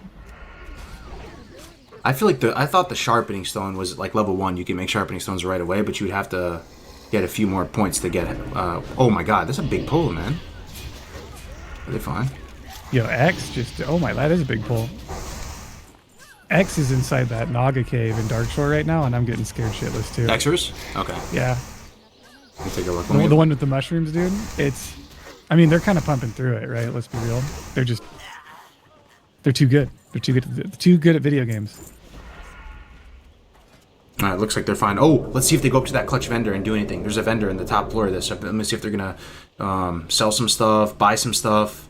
Some people in the chat may not know there's a vendor in this random house in Moonbrook, but there is, and he actually sells nice like gear and upgrades and stuff. And I think you can repair from him. And also, there's engineering parts all around Moonbrook. There's little boxes that have engineering supplies in it, which is a little big brain tip if you go to Moonbrook and you're leveling engineering and hardcore. I think he sells 5 agility boots or bracers or something like that. That vendor. He's who you always go to when you're like a level 60 and you're pumping your friends through dead mines to vendor. Yo, they actually bought the boots. 5 agility boots. Big. Yeah, I called it. Yes, dude. Nice. Yeah, those boots are really good. They passed the box of engineering supplies, though I saw it. But maybe they don't need it because they're not engineering. I wonder why they didn't vendor all their trash right there. Just don't they have the one-click add-on that just dumps it all? Right? True. They do have They have a level 12 healing potion. I'm assuming they bought that. I don't think you can get those off of drops. Yeah, it was traded. His partner traded it to him in Menifil when they were on the boat. Mm-hmm. Also, looking at their weapons right now, it looks like the rogue has the hammers. I learned about the power level of this white weapon. White weapons, you know, I think especially in hardcore, you get a whole new appreciation for like the power level of light weapons. White weapons, you know, when we were little kids playing WoW, everybody used to make fun of white weapons, right? You'd be like, you know, you just equip stuff based on color. Blue better than green, green better than white, right? But yeah, some of these white weapons are extremely powerful, and getting these hammers at 16, which looks like the rogue has one of them on right now, it's a very, very powerful weapon, and that's probably why he's broke right now with only 23 silver at the moment. So yeah, Tactics always says that when you're playing a rogue, the weapon progression for Alliance is just 10 times better than Horde. Like, way better. He said that he likes Horde because the quest pathing is way better on Horde, but the weapon progression on Alliance is BIS. The funny thing on Horde, the two-handed weapon progression for Horde is so much better than the Alliance two-handed weapon progression. Alliance, you have to count on all these vendors to get like heavy spike mace and all this. For the Horde, you're just cruising with Cauldron Stir, Axe of Orgrimmar, Crescent Staff, all that. Yep. But actually, in a hardcore speed leveling environment like this, the two-handed weapon progression might be kind of scuffed, right? Because you can't run the dungeons. No one's running these dungeons. So what are you going to use after Cauldron Stir? You might have to buy the heavy spike mace or something. I wonder. So here's I want to see him. I want to see a dungeon run so bad. I know, right? I wonder if anybody is giving it a shot. I just want to see someone who, like, you know, let's say they know they're not going to catch up. They concede to second or third place, and they grew up and they decide to do RFC. That'd be so cool. People asking, why do you want to end broke? You would want to end broke because, you know, that money's not going to do anything, not going to do any good for you after the competition is over, right? So you might as well try to spend all of your money in these last hours so that you are broke. Like, at a certain point, you probably just don't even loot anymore, right? Which is so counterintuitive, but, you know, in aggregate, over the course of killing hundreds of mobs or something like that, it may add up to a minute or two or a couple minutes. So at some point, you know, we'll see if these players take that into account. Like, okay, there's limited time, I have money, let's just spend it in a way that's going to make me a little bit more powerful, which the easy answer to that is buying max strength food and water. Well, you know, money, just like health and mana, is a resource. And the whole idea of speedrunning any video game is utilizing your resources to the maximum potential in order to benefit yourself the most over the course of your speedrun. This is why I was so bad in RTS games. I'd always have resources chalked up, and I'd never spend them. Like Age of Empires 2, yeah, I'd be looking at fat stacks, 1,000 wood. Yeah. Not using it. Hey, Mom, come look at all my money. And then I just get zerged out by the enemy. So sweet. You got a nice 8-slot bag dropping right there. That's kind of some blessed run action right there. That's take those. Nice. So he is 16, over 16 and a half. He did get some quests done. Yeah, Beach Sea Turtle. Let's see what else. Moonstalker Fang. That's probably a non-starter on Duo. That quest is a nightmare. Cave Mushroom. So he completed the Naga Cave successfully with not being punted down into the middle. That's a very dangerous area. Cleansing of the Infected. I forgot what quest that is. But he has that one done. This route is insane. What level are they? They're 16 and a half? Yeah, 16 and a half, a little bit over. Merc Deep has killed a bunch of hardcore characters, but if you can do that, then that's a nice free XP. That's just a Murloc. He's surrounded by a couple Shaman-type Murlocs around him, though, as well, so it's definitely very tough to do solo, but in a duo, they should be able to take Merc Deep out. That's a nice low-hanging fruit quest. It looks like they're, even with the delay, it looks like Thiddy might be a full level behind. You think so? Yeah. Yeah, if they turned in all of this stuff. Thiddy's a quarter of the way. Even with the 15 minutes, yeah. I feel like if they turned in all of these quests, they would be 17 right now, right? Oh, for sure. Yeah, look at all those quests completed. That's what I love about Darkshore. You go out on this one rampant mission and you finish 25 quests, or 20, a maximum quest log size, and then you run back and you get a level and a half. Yeah. Dude, I am so impressed. I'm looking at the leaderboard right now. There's 4 groups in 16. Ompi had a little bit of trouble at the start, making a massive comeback. They got Oni buff. They got Rind buff. Thiddy's on the 15-minute delay. He's been leading the charge for a while. X-Ruse, who we're watching right now, is 16 and a half, currently the highest, but it seems like, and then Zarant at 16, his stream dropped for a little bit. They're all coming up. It seems like the Horde players are starting to catch up. I know that the Alliance has been leading this whole time, but coming down to the last 3.5 hours, it'll be interesting to see, man. These are some big names. I actually love the spread, Grays. Look at the spread on the leaderboard. It's Rogue Paladin, and then followed by a Shaman Hunter, followed by a Rogue Paladin, followed by a Shaman Hunter, followed by a Rogue Paladin. Damn, dude, it's cool to see hybrids. And then you have Shaman Warrior right under that. That's actually, yeah, very good. What's the protocol, right? If your partner DCs, but you don't, you just got to sit and wait. Yeah, you just got to sit and wait. Yep.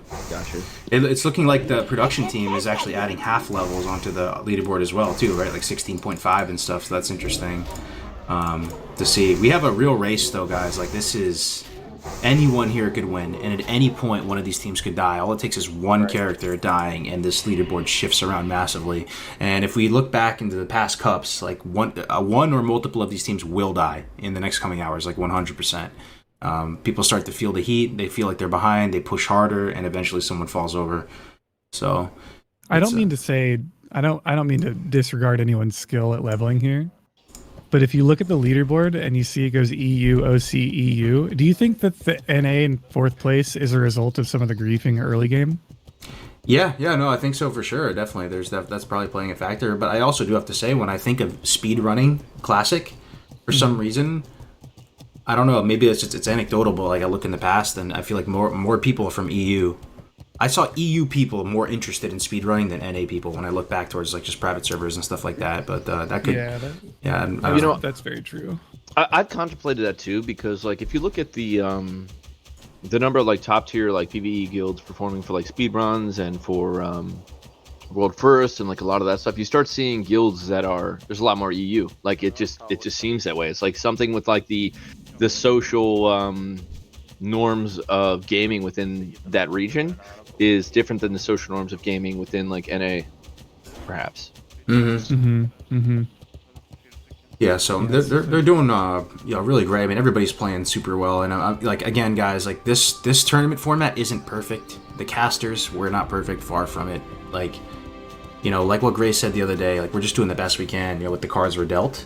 But it's been an exciting ride, and I know it can be frustrating sometimes to see some of the griefing happening, to see, all this, but you just got to play through, and it does add a little bit of flair to these events. You love it or hate it, and at the end of the day, there's no entry fee to participate in these things, so just take it with a grain of salt. Try to play through. If you're frustrated with getting griefed, maybe you died to Teramis earlier, it definitely sucks. I feel you on that, but there's not much we can do. We just got to push on, right? What do we do?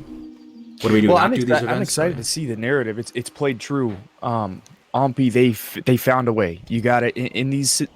The people that rise to the occasion are the ones that just adapt, and so it's kind of cool. We've gotten to see. we've just gotten to see some of the crudeness of these 8-hour time gated events. For sure. So we can check in on who should we check in on? We checked in with Ampy. We kind of know where all the top runners stand. Let's see. Let's hit up. It's funny because a lot of the people that I have tabs open on either died or died. Vemp is still going. We haven't checked in with them. Vemp and Nightfell, they're still kicking, and they're a top team. They're 15. Let's try to like see how they're doing. It's so crazy to me that Paladin Rogue is doing this well. Right? I thought that Paladin Rogue would be a fast duo in like 1 to 10. But the fact that they're keeping up, like, and they're well on their way to level 20 is actually mind-boggling. Because like what about, like, you would think like a mage hunter, right, would be crazy good at just bursting things to death. Is it just melee has no downtime, so it's just better? I heard Tactics say something really big brain earlier, and he was talking about why priests actually kind of struggle at leveling. Because a lot of people think priests are really good at leveling. And they are really good at leveling. You know, they have very little downtime because of the wands, the nature of just MP5, spirit-based mana regeneration, all this. But the thing he said, and why I think he believed that warrior was a faster 1 to 60 than a priest, right? A lot of people think warrior. Who here thinks warrior is the slowest leveling class? I mean, I think most people probably think warrior is the slowest leveling class. But if you really are like an S-tier gamer with encyclopedic knowledge of the game, it doesn't have to be the slowest. And the main thing is because you can move and deal damage, right? As opposed to being able to sit there with a wand and be in a stationary position because you can't wand while moving. And apparently, you know, Tactics said something really smart earlier that stuck with me. He said that, yeah, you're probably going to have to, you know, maybe regen your health and bandage or something, but you're at least moving for that time. So you're making up for that sustain that priests would have because they're stationary, so it kind of evens out. But you know, I don't know if anybody has it fully figured out, but it's something to keep in mind. That yeah, that's a good call. No, that makes a lot of sense because so I was practicing, and by practicing I mean dying over and over on a paladin, and what did I do? I did paladin 1 to 10, and then I did hunter 1 to 10. And I was surprised because I thought hunter was going to be easy money bis, right?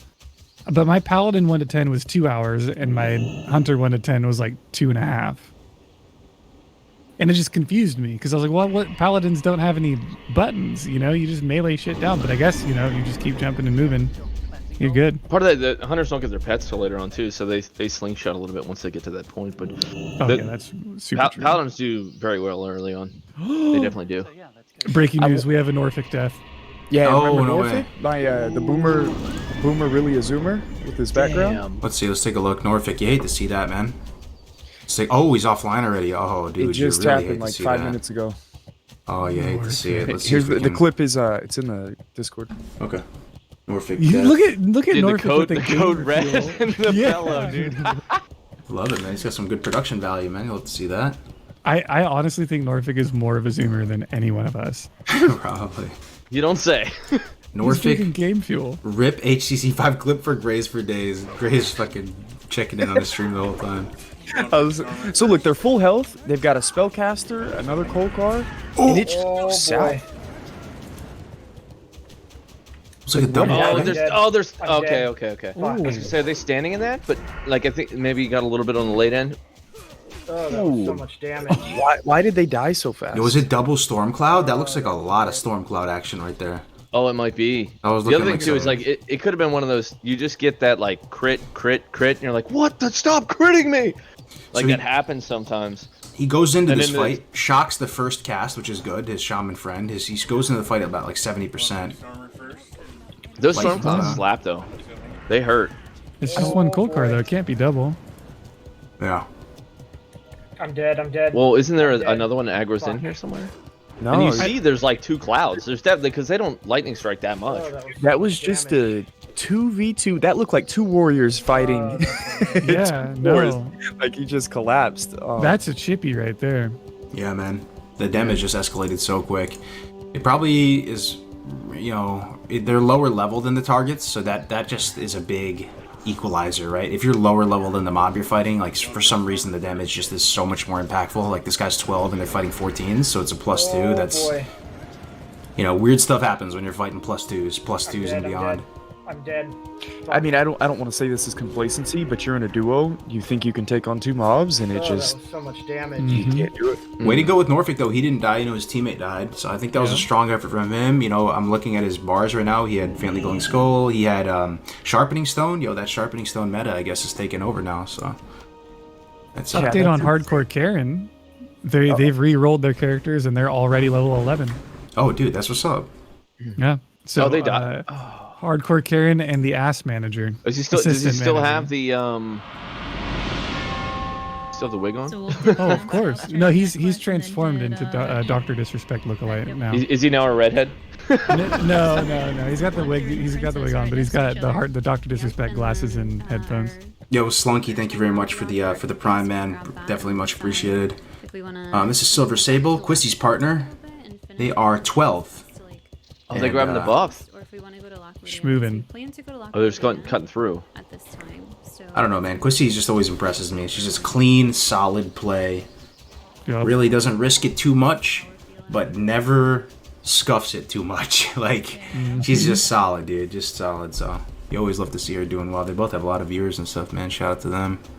Is there anyone we haven't seen on the stream? If you're playing, guys, if you've been playing, and like we're not trying to not feature your stream, we're trying to get everybody up here. So if you haven't been featured yet or given some airtime, either throw it in Let's check in on Nom Nom and April Cat. Okay. Yeah.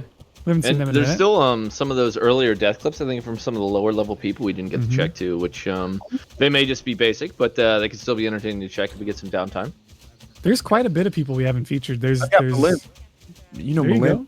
Oh yeah, Malimnia. Oh yeah. Are they playing in this one? Yeah, I posted her link. Okay, yeah, let's check it out. Oh, Norfolk, what's up, man? He's in the chat, dude. Yo, strong effort, my man. Let's see what level they are. Damn, good effort, Norfolk. Look at Nam and Cat with the D&D tag on, dude. Big pumper alert. Oh yeah, dude, you love to see it. They're They not said, "Stop talking to us. We're in Teldrassil. We're busy." Yeah. Nom Nom said, "Don't hit me with your hardcore questions right now. I'm off stream. Don't ask me to review I'm a off the clock. Don't ask me to review a DC clip, man. Yeah, I'm busy right now. I can't tell what level they are, man. I think they're level 13. Top level 13. Oh, okay, sorry. I'm dumb. 13. That's pretty damn good. That. Probably top 15 teams or so. Yeah. Tell her we want to see the chicken. She's got to get Cat's got to get the chicken. No, out. dude, she's on D&D. No chat, nothing. Just No chat. pump, straight pump. All gas, no brakes. Let's Yep. check in on Malimnia. Malimnia has a cool setup. Last time she was playing. Ooh, I like the stream. It's clean. It's a cool looking gamer room. I think that's her significant other. They're next to him. That'd be imagine being able to play WoW with your significant other. Some people actually live that. Yeah, I bought her an 100%. entire computer and then it's sitting there not used. Yeah.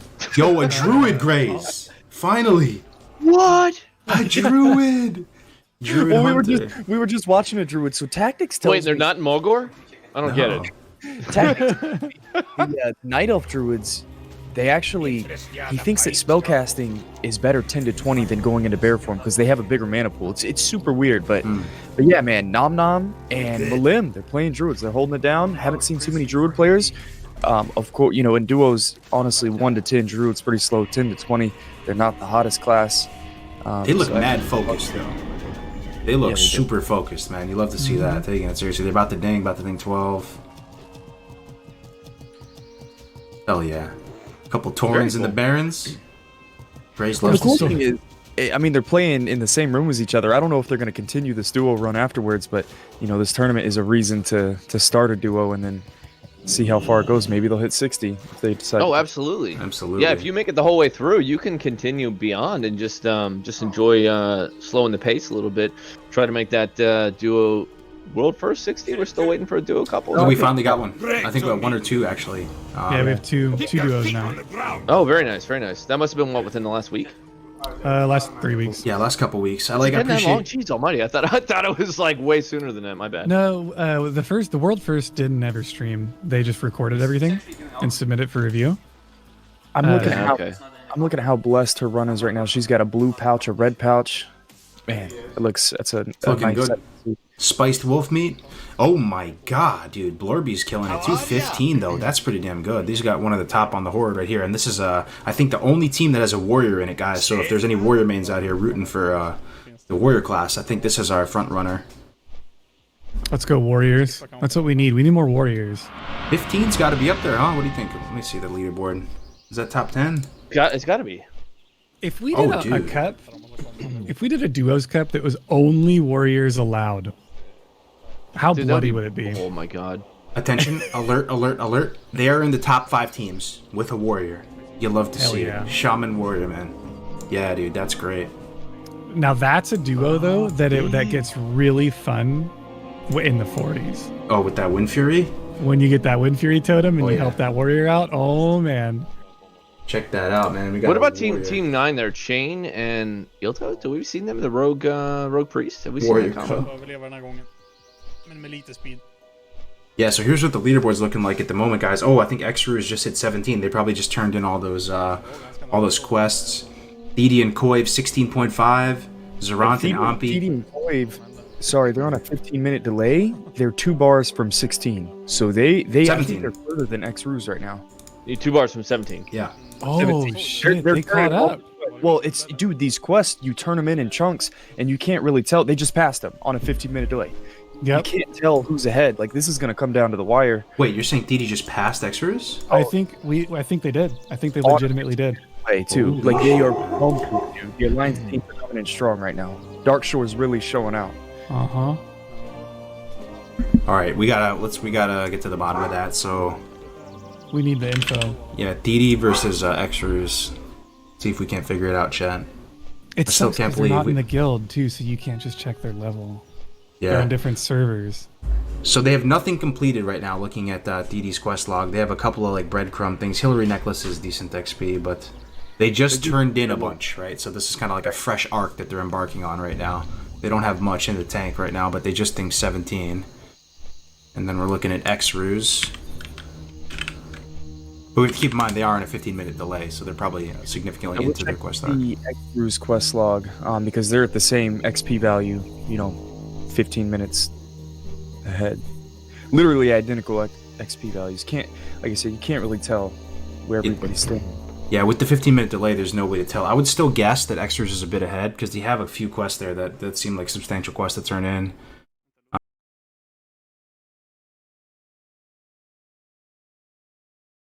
Okay, so now we got the reagent run. We could speedrun this. We could speedrun this real fast. The reagent run is also like a pre-quest for the other one here. So we'll just go over here and we'll pick up the turn in this quest and then pick up find Agment and then we should be chilling, I think, maybe. So we go here and then we talk to this boy. And then we go here like this. Find Agment. And we gotta find him in Badlands. Oh, they're summoning me. I'm almost done, boys. Getting a few quests. I won't do the long ones. Oh yeah, just getting a few quests and then we're chilling, okay? I won't be long. I won't be long, guys. I'm speedrunning this, okay? I'm not gonna do the reagent run. You know what? I'm not doing this one. I'm just gonna do the easy, like the fast ones, basically. Do this here. One. We need to do Murder Lock too? Wait, is that a pre-quest as well? I just need one more, and I think there should be one that spawns right up here. Unless... Oh, there's one here too. Oh, they're all spawning now, dude. Holy cow. Okay, I am finished. Where do I turn this quest in? Oh, in Lock Modan. Okay, we gotta go to Lock Modan. Okay. Nice. Watch, get her back.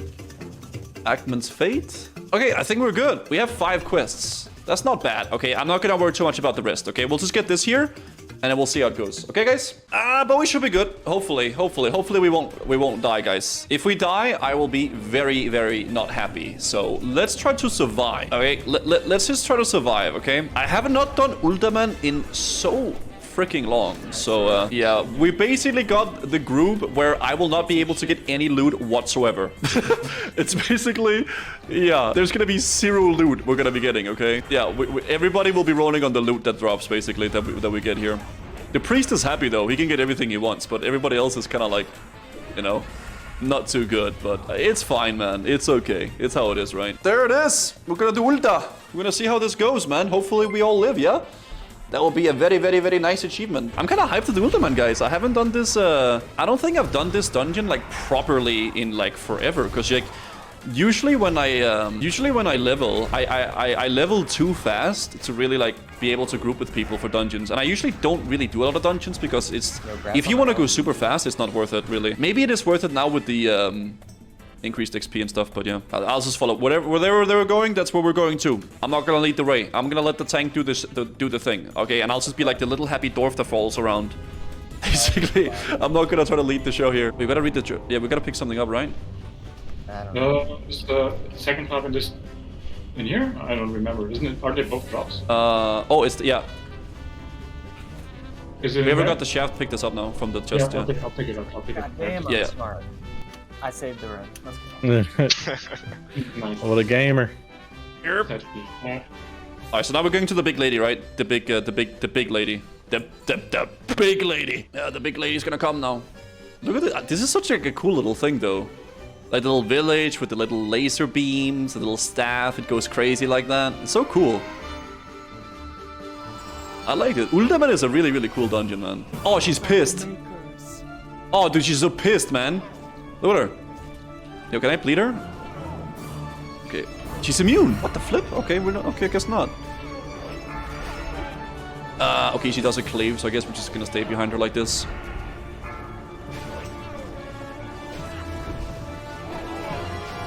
Wait, what? Okay, I mean, what does this room look like? Oh, guys, explore this room for a quest.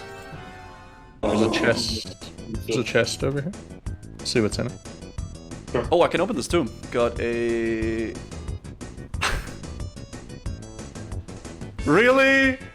Oh my god, dude. I thought it was gonna be like some... Whatever, dude. You know what? It's all good, man. I don't need leather shoulders at this point, man. Like, I'm completely fine wearing cloth, okay? I'm getting used to it at this point. I'm gonna kill the steward because my AoE is pretty bad, so yeah. Oh my god, this guy's crazy. I guess I'm tanking this guy a little bit. It's fine, it's fine. We don't not have a lot of AoE, man. We have so little AoE, dude. Let's go. Getting beat by a tank. Okay, to be fair, he's swiping. Okay, and I don't have Blade Flurry. Gonna pop big seeds in this guy. Don't just pump him. Sandstorms. Oh, dude, I'm so slow, dude. Oh, okay, we're good. Jesus, okay. Oh, we're fine, we're fine. Wow, so far this dungeon, guys, we've had leather, we've had like cloth shoulders drop and mail. So now we just need to get some leather and then we're chilling. Dude, look at this, man. We got 2 bears, a hunter pit, like, we're actually chilling hard, dude. We got so many tanks, dude. It's like half of our group is just people tanking, man. I think we should be good, man, definitely. It's like a goddamn zoo out here, yeah. We got the feral druid, the other feral druid, the bear. Like, goddamn. The hunter as well. Okay. More cloth. Yeah, why wouldn't it be cloth? Yeah, you know, it is just... I don't know. It's how it goes, I guess. Brawler first, I think. Brawler, then save the boss for last, I think, like this. And then hibernate the pit. Pet, okay. Do we... trap the pet or something? Hibernate it, if we can. Actually, yeah. Oh, let's trap X or Skull then. Just put a trapper on the Oh corner. yeah, that's true. Then we can just kill like we can just do like this. If we can trap the brawler, that's fine like this then. Yeah, and then we kill this guy. I'm gonna hibernate bullet. Yeah. And hopefully he's not immune. Me, Grimlock, king! Just like let the brawler go into the trap. Okay, we got hibernated. Yeah, we're chilling. We can go in then. Okay. So. I'm gonna kick the boss, just so you can stun the Geomancer. Yep. We hibernated. Okay. I'm kicking, it's fine. Kill this guy. Alright, we are good. Stunning that one. I can keep doing that Rustone. Kicking that one. Easy clap. There it is, man. We're farming. Yeah, man. Ooh, well, not bad actually. Okay, well now we're clearing to the last boss. Clearing to Arcadas. Well, these are orange for me, man. Oh, that can be stunned. I'll just stun them then. Cheap shot and kidney. We do be chillin', man. The cat is tanking too. Holy shit. Oh my, okay. Oh, that AoE. Damn, okay. Let's be tough. Oh my god. Oh my god. What was that, dude? That Hey, was you can scary, Elos it. dude. They're about to die. Just like me and Gordon run out.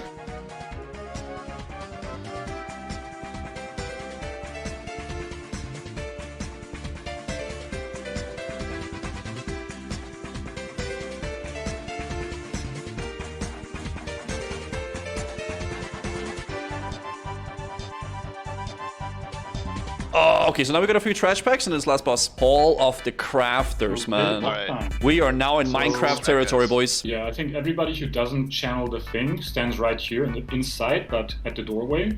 Yeah. And the people who channel are obviously over there, and then we run out.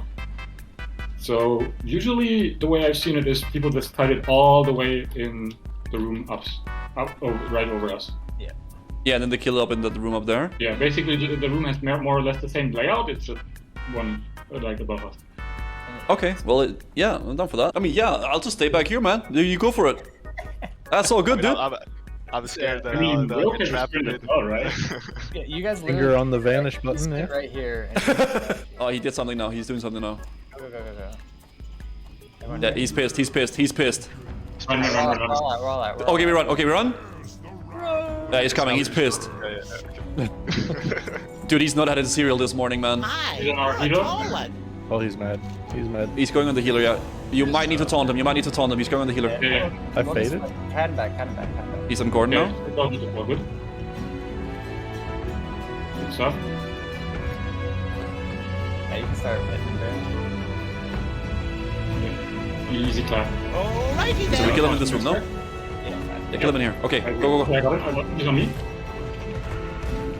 Oh man, we're gonna kill this guy. Easy clap. Let's smack the shit out of him. Dude, this is the first time I've sweat in a long time. It's not over yet. We just Oh, started they're the coming. fight. Yeah. Those are small though, so. Just focus on the boss. Like, just focus the boss, and we should be good. Yeah. Okay. The elite's done spawn for a while. I'm just gonna stay on the boss. You guys kill the Eds. Yeah, because the Eds despawn when we kill him, no? I don't think so. Okay.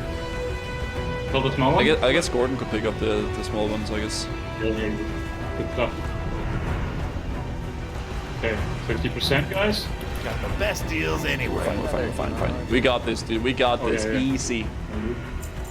We use a little tisselty, a little cheeky tisselty. Have a good one. To my side, brothers. We're fine, though. We're fine. Healer mana's fine, dude. He's like max Okay, health, basically. Max mana. Yeah, he has to run all the way up, so it's fine like that. 20%. Yeah, this is easy clap. Okay. So, Dude, we got it.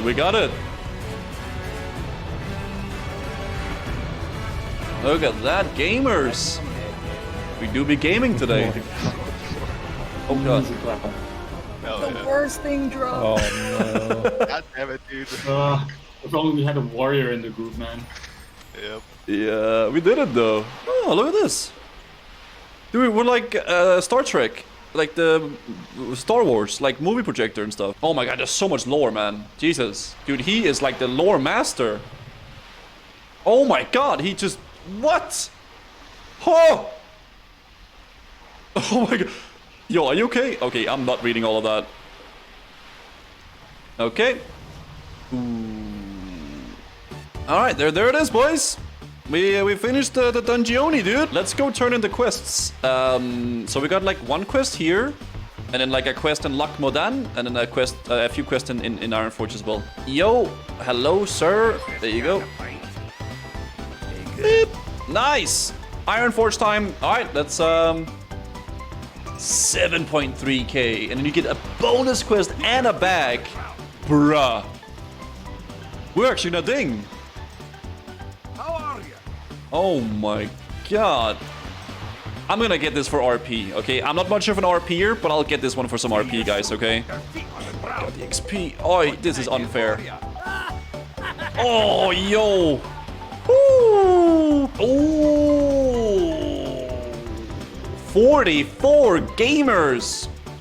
We can't do this quest because I don't have any silver bars. If I do end up getting some silver bars, I'll do the quest, but I can't. Okay, we got one more quest to do, guys. Or like one final quest to turn in, the platinum discs. We're gonna get the 14 slot back, which is our first 14 slot back as well. Healing potions as well. 500. I thought this was gonna be like the massive quest. Well, I guess we got some good XP from the other one, so that's fine. Oh, that bag is so big. Oh god, that's a big bag. God, look at that, guys. 44. Uldaman is done. Very good. Holy cow. Let's go.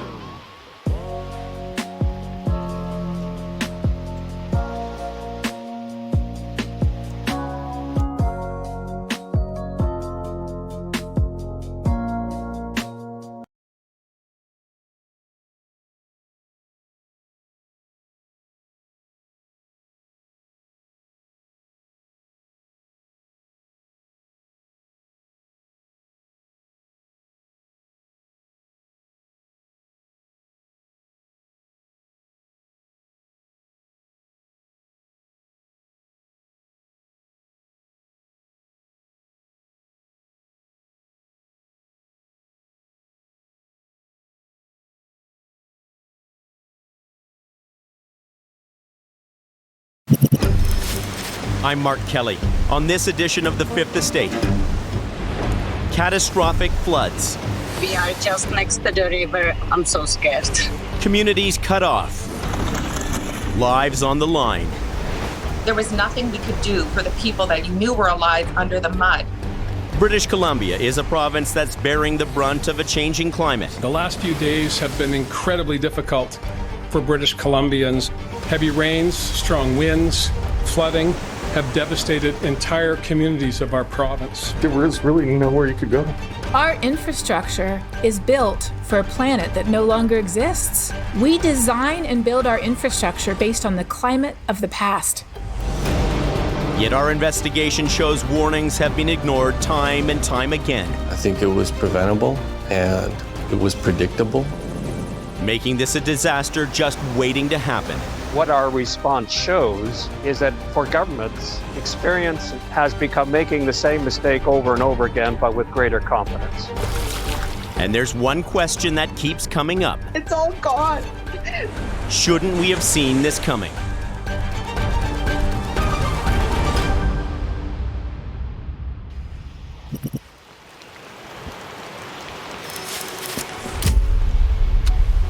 Here in beautiful BC, there were signs this wasn't going to be a normal fall almost 3 weeks before the floods hit. We've seen some pretty big storms and nothing like this at all. A low-pressure weather bomb pounded Vancouver Island and BC's south coast, knocking out power in 9,000 homes. Oh my God. Then 2 weeks later, a rare tornado touched down at the University of British Columbia, just outside Vancouver and near the airport. You okay? Yeah, okay. I'm okay. Stunning, experienced meteorologists. It sure had our collective jaws on the ground when we saw a tornado off of YVR, you know, something that we've never seen before. But something bigger, something more severe was building over the Pacific Ocean. Seeing upwards of 20 millimeters an hour is fairly normal, but seeing 3 or 4 hours like that is really a head scratcher. What's called an atmospheric river was heading inland. These rivers in the sky are bands of moisture hundreds of kilometers long.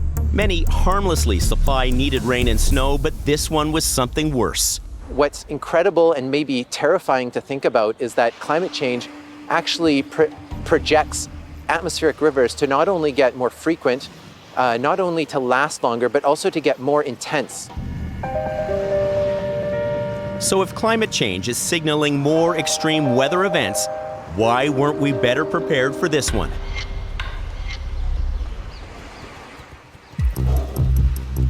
On November 9th, 4 days before the storm struck, Environment Canada issued a snow warning up to 25 centimeters for the BC interior.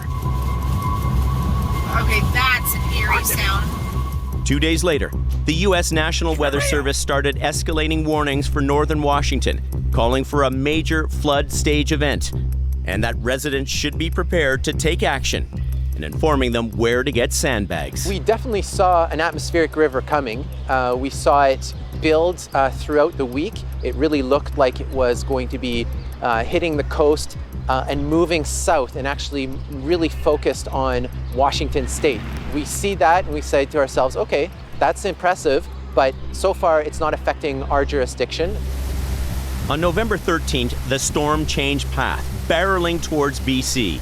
Environment Canada revised its forecast, calling for up to 150 millimeters of rain. But BC's Ministry of Forests downplayed the threat. Rivers are expected to rise rapidly Sunday and ease on Monday as the heaviest rainfall passes.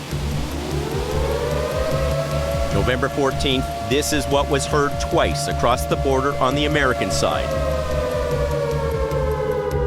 A flood alarm telling residents to brace for high waters, move livestock to higher ground. Hi, this is Bruce Bamman. I was notified not that long ago that the air raid sirens in Sumas, Washington are going off. The alarm was heard by some on the Canadian side of the border, prompting this BC MLA to send out a warning of his own on Facebook. Now, in the past, what that has meant is that the Nooksack has flooded, has breached its banks, and that the floodwaters are on the way to Sumas. Look after yourselves, be careful. Then later that day, the atmospheric river hit. Disaster quickly followed. Roads and bridges swept away. Communities swallowed up by the rising waters. In the BC interior, landslides left entire communities cut off from supplies, medicine, food, and help. You can't predict what the weather's going to be like more than a week or so into the future.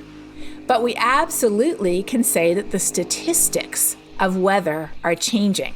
Catherine Hayhoe is a world-renowned climatologist, originally from Toronto, now based in Texas. We know that these naturally occurring atmospheric rivers are getting more intense and they're dropping a lot more rain in a warmer world. Simply because warmer air holds more water vapor. And so now, when a storm comes along, there's a lot more water vapor in the air for that storm to sweep up and dump on us than there was 50 or 100 years ago. Ever since the middle of September, we have been dealing with extraordinarily active weather, generally speaking. You know, we're talking about over 200% of normal precipitation, including 5 atmospheric rivers, 3 bomb cyclones, a tornado, and who knows what else before 2021 is over. No area may be more vulnerable in BC than here in the Fraser Valley, a short drive east from Vancouver.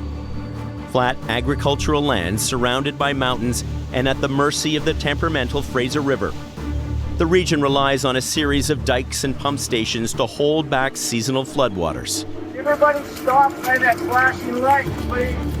This pump house normally keeps the Fraser River out of the Sumas Prairie. This storm pushed it to the brink of failing, if not for 200 volunteers who showed up to protect it by piling up walls of sandbags, trying to turn back a climate catastrophe. Earlier this morning, we expanded the Sumas Prairie evacuation order. Approximately 1,100 homes are now impacted. I was watching what the River Forecast Center was saying, and you know, there's that pit in your stomach where you're thinking, is this the moment where I get to say I told you so? We know there are atmospheric rivers, and we've known for a long time that this was going to be a big concern for winter flooding in BC. And as someone who pays attention to this, you could see it coming. Tamsin Lyle is an engineer who helps communities reduce their flood risks. She went to survey the damage a week after the storm hit. Okay, there we go.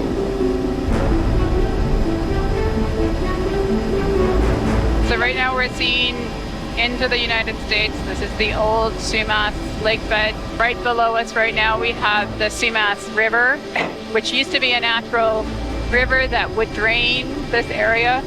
It doesn't anymore. It's now a diked system. So flowing out that way, the Sumas River, that's flowing out through the pump station into the Fraser River.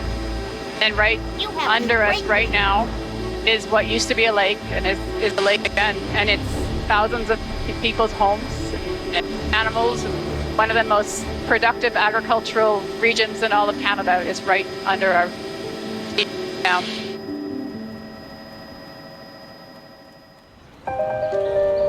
Now those farms were underwater, along with their livestock and their livelihoods. A century ago, the prairie was a lake, drained to make way for these farms. It didn't take long for nature to try to reclaim the lake bed. In 1948, a third of the Fraser Valley sat under murky black water. Thousands had to be evacuated. The valley has occasionally flooded since, leading many to wonder if all the measures to hold back the waters are enough. My husband was up all night because we knew there was an alert. By 6 o'clock, I looked outside and it was like we're in the middle of a lake. Some, like this family, Pavan, Kabir, and Narinder, felt utterly abandoned in their time of need. I quickly ran to the front of the house and I could see that there was a puddle at the front of the house where we had brought our dogs in, and we just covered it with a towel, but with like an hour and a half, it was like a foot of water in our house.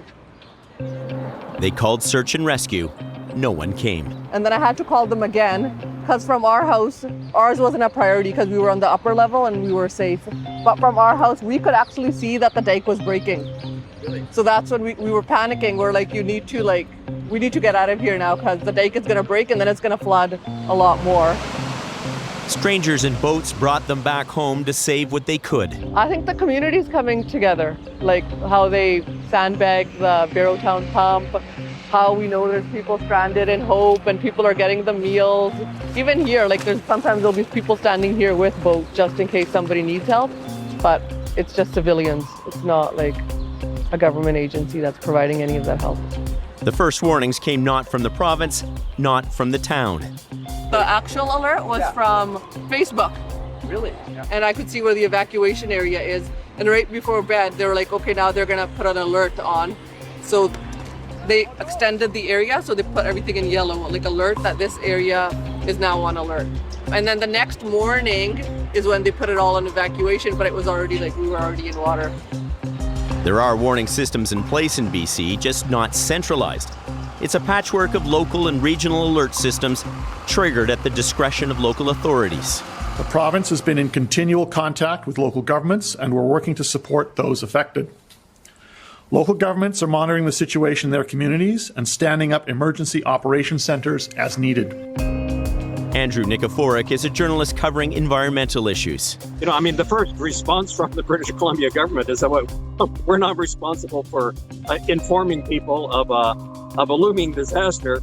That's all up to municipalities. So, lack of accountability is a symptom of a system in real trouble. So responsibilities are downloaded to people like Abbotsford Mayor Henry Braun, who chose not to sound the alarm. And I want to be very clear here. It was our decision not to activate the provincial alert ready system for the whole city of 162,000 people at that time. So we didn't want to alarm the whole city. Mayor Braun bristled at any suggestion he didn't act soon enough. If you're asking me, would I do it again the same way? Yes, I would. Everybody in the prairie knew that there was an emergency. The prairie was flooded. There's no sense sending an alert out that's going to scare 162,000 people, which is what the population of Abbotsford is. The 300 or 400 people that were out there at that time, they already knew there was an emergency. All they had to do is look outside the window of their house. The water was everywhere. I think there's a lot of different people that have to take ownership of this problem. And when we're looking at this kind of scale, I think the province, especially the province of about 20 years ago, 2003, 2004, has a lot to answer for in terms of downloading the responsibility from the province, who had the better capacity to look at this at a regional scale, to local governments who are now, don't have the capacity, don't have the expertise. Downloading responsibility, lack of expertise can have catastrophic consequences in other parts of BC as well. It's very sad. Coming up after the break. When we try to speak with the provincial government on logging, I feel that we're we're talking to the wall because they don't listen. We need to plan together, because if we don't, more catastrophic events like this are going to occur annually. We need to be heard.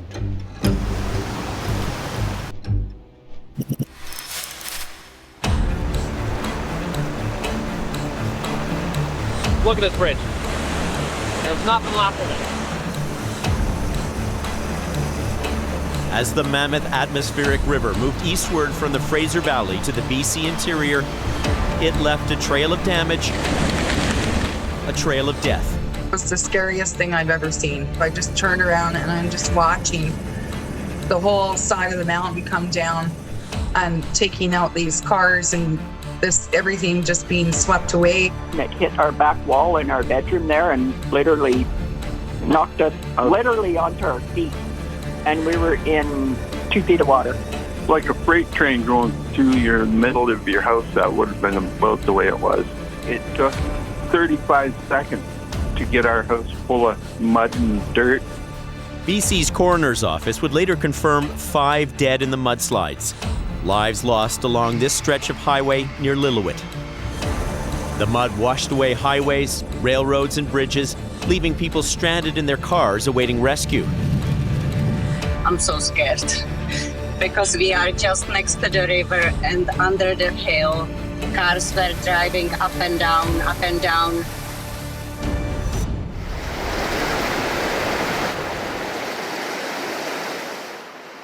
The entire community of Merritt, population 7,000, was told to leave. We're on evacuation alert. We're actually being evacuated right now. Heartbreaking. It was heartbreaking. Because you can't do anything about it. Didn't expect this. Nobody expected this. Many climate refugees ended up an hour's drive away in Kamloops. This is my property here. This was on the first day. Cassidy Sobchak watched the waters claim her home. There was water, basically. I lived in a colander. Like, water was coming in the basement windows, it was coming in the front door, it was coming in the back door. It completely filled my basement. She fled in her pajamas and sandals. What you see in here is what we have basically right now. Like, we basically got away with the clothes on our backs. Yeah, it was awful.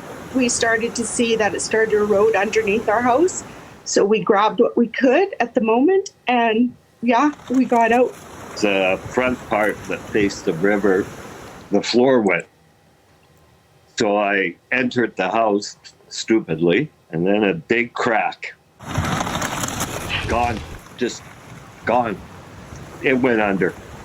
The river just took it under and gone. Within seconds. As people fled Merritt, Mayor Linda Brown was heading back to her community. I got a call as I was driving up the highway, and we knew the rains were coming, and they were coming hard. We were driving through rivers of rain on our way home. Shortly after that, the highways were closed. But by the time I got home to Merritt, my staff had phoned me and said, we're looking at the charts. This was a Sunday afternoon. We're looking at the charts, and there's something wrong here. We don't know what it is, but we have to let you know that there may be something happening. By the time the early evening arrived, they knew that something catastrophic is going to happen, but they had absolutely no idea of how big it was going to be. The BC Rivers Forecast Centre issued a warning late on Sunday afternoon when they noted that there was going to be a lot of water flowing down the Coldwater and that this had the potential for flooding in the Merritt area. Greg Lois is Merritt's information officer. We had no idea that it was going to be like this. When we were watching the gauges that show the river levels down the Coldwater, and when the gauges further up the valley started showing that they were rising dramatically, we assembled the Emergency Operations Centre. Floodwaters were bearing down on vital city infrastructure, forcing officials to make tough choices. And so we then began considering whether or not it would be possible to run a city without a sewage infrastructure. And we knew that was when we would have to evacuate absolutely everybody. We realized that we were going to be dealing with something Merritt had never dealt with before. Those gauges measuring water volume in the Coldwater River were the only warning the city got about the magnitude of the flood. They didn't get any phone calls. This was because of their diligence in looking at websites and what was happening, just based on a gut feeling of how much rain we're getting. And if it weren't for the efforts of staff, it could have been a bigger disaster. By midnight, we had people knocking on doors and we had people evacuating before the big flood hit. And that credit goes entirely to staff. And I admire them for that. The rainwater was coming right down the middle of the road. Lower McPhail, to me, I doubted if there's even a road there anymore. Because that was 3 o'clock Sunday afternoon. And all the culverts up there were maximum capacity. The creeks were overwhelmed, they were flooded over. Lee Spahan is chief of the Coldwater Indian Band, 15 kilometers south of Merritt, and one of 3 Indigenous communities that issued their own evacuations. The flooding of the river, all that ground over there was all underwater. It washed away the access to the road. The water breached both sides of the banks of the. I'm shocked that they still have hydro. With the trees that are there, it actually saved probably the house from being washed away. The 2 homes there, they were probably underwater by about between 2 and 3 feet of water. And if Coldwater's neighbor Merritt felt isolated and alone through this, Chief Spahan says his community fared even worse. No alerts or nothing. And to find out that they were evacuating the city of Merritt, everybody was in shock because, really this is happening this fast. But a lot of people were pretty upset and frustrated because of the lack of response from the city, but also from the provincial government, because there was absolute no warning. I'm tired. I feel burnt out, but just to try to make sure that our members are safe and that they're fed, that's the biggest worry, to make sure that they're safe.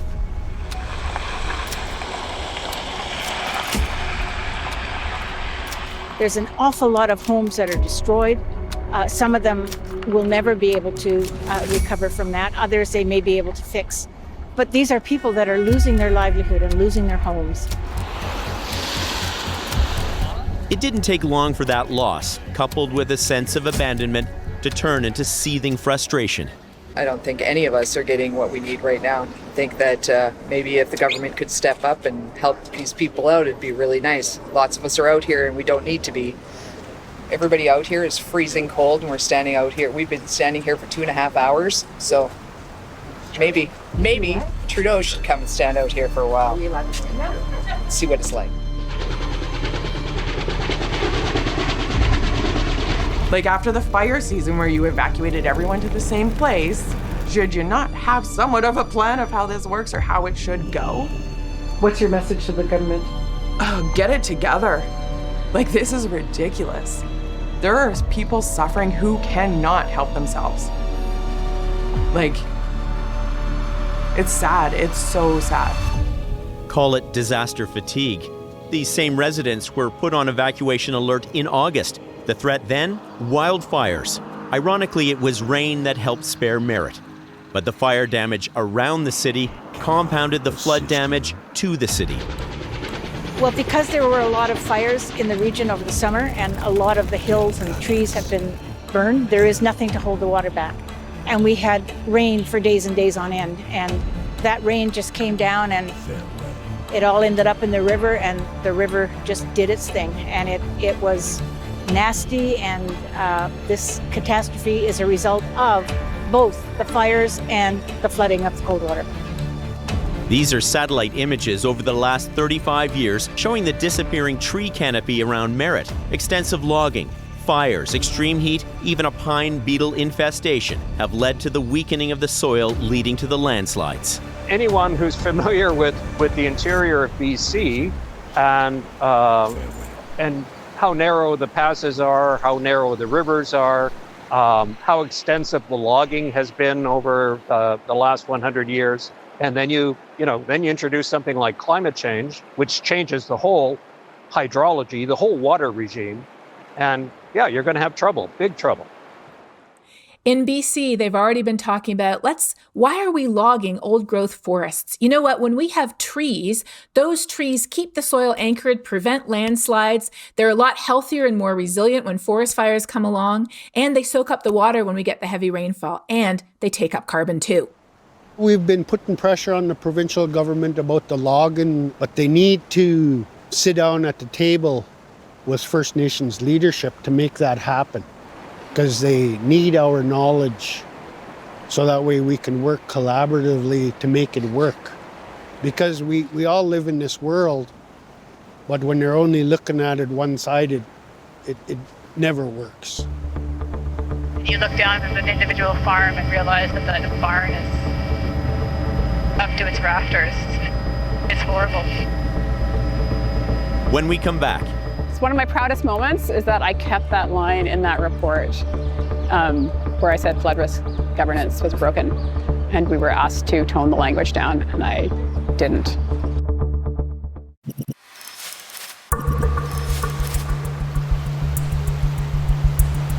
There are so many ways to measure the impact of the catastrophic flooding in BC. The number of people displaced, the number of livestock that perished, the cost of the cleanup. But a helicopter ride over the area near Abbotsford says it all. Tamsin Lyle has studied the Sumas Prairie Basin for 20 years. It's so beautiful. And you look down at an individual farm and realize that the barn is up to its rafters. It knows what's on the inside of it. It's horrible to think about.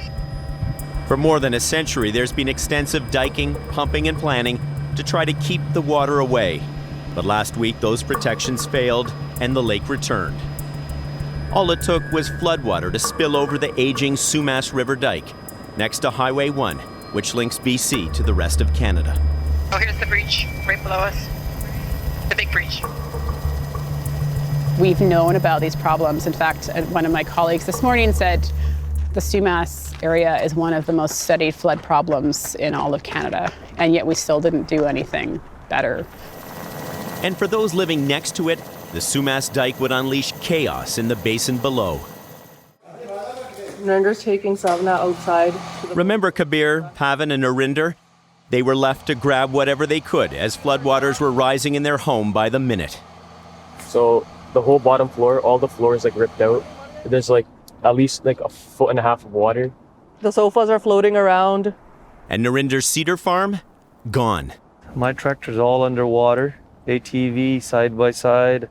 My welders, my truck loaded with the trees. But could all of this have been prevented? That's a question people are starting to ask. There's water in the truck now. I think knowing that this is a lake bed, that this was a lake before, maybe they need to be more prepared. I think the climate's changing. The weather is getting warmer, we're getting more forest fires, and we're going to get more flooding. So what did the authorities know about the looming threat of a flood? And who was supposed to make sure these dikes could withstand the test? In British Columbia, those are complicated questions and a political hot potato. To do that, we have to stop the water from coming all the way here. Each day brought a new crisis for Abbotsford Mayor Henry Braun, but he's worried about the long-term impact. This is enormous, and the aftermath, I don't think we fully appreciate yet the devastation and how long it's going to take to recover. I think that's going to be years. The challenge of keeping these waters at bay has been a concern for years. This vast area of farmland stretches across a patchwork of local, provincial, federal, and international jurisdictions. This big straight highway is the border? Just south of the Sumas Basin is the U.S. border and another source of tension. The Nooksack River is located in Washington state, but when it overflows, that water heads north, flowing downhill across the border and towards the Sumas Basin.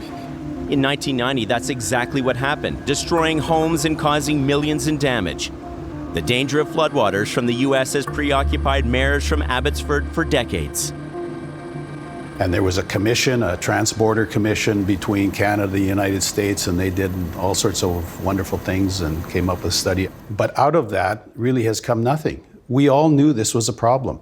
The city itself has done studies recent studies imploring federal or senior levels of government to do something about it. Floodwaters from the U.S. are one thing, but it's the threat within BC that has communities across the Lower Mainland really worried. They're at the mercy of an aging series of dikes. This whole region has been largely re-engineered by man, a complicated, intricate weave of 600 kilometers of dikes and levees designed to harness nature and hold back rivers from taking back the land. But it doesn't always work. This report in 2015 found the Sumas River dike was presently too low, substandard, and likely needs to be updated. We knew that the Sumas dike was low, or it shouldn't be at that level, or it should be raised. But local government doesn't have the financial wherewithal because we only collect property taxes, and we can't build for our dikes. The impact on our dikes, if we have to build them to the standards of the senior levels of government, is a $400 million bill 2 years ago. This isn't just peculiar to Abbotsford.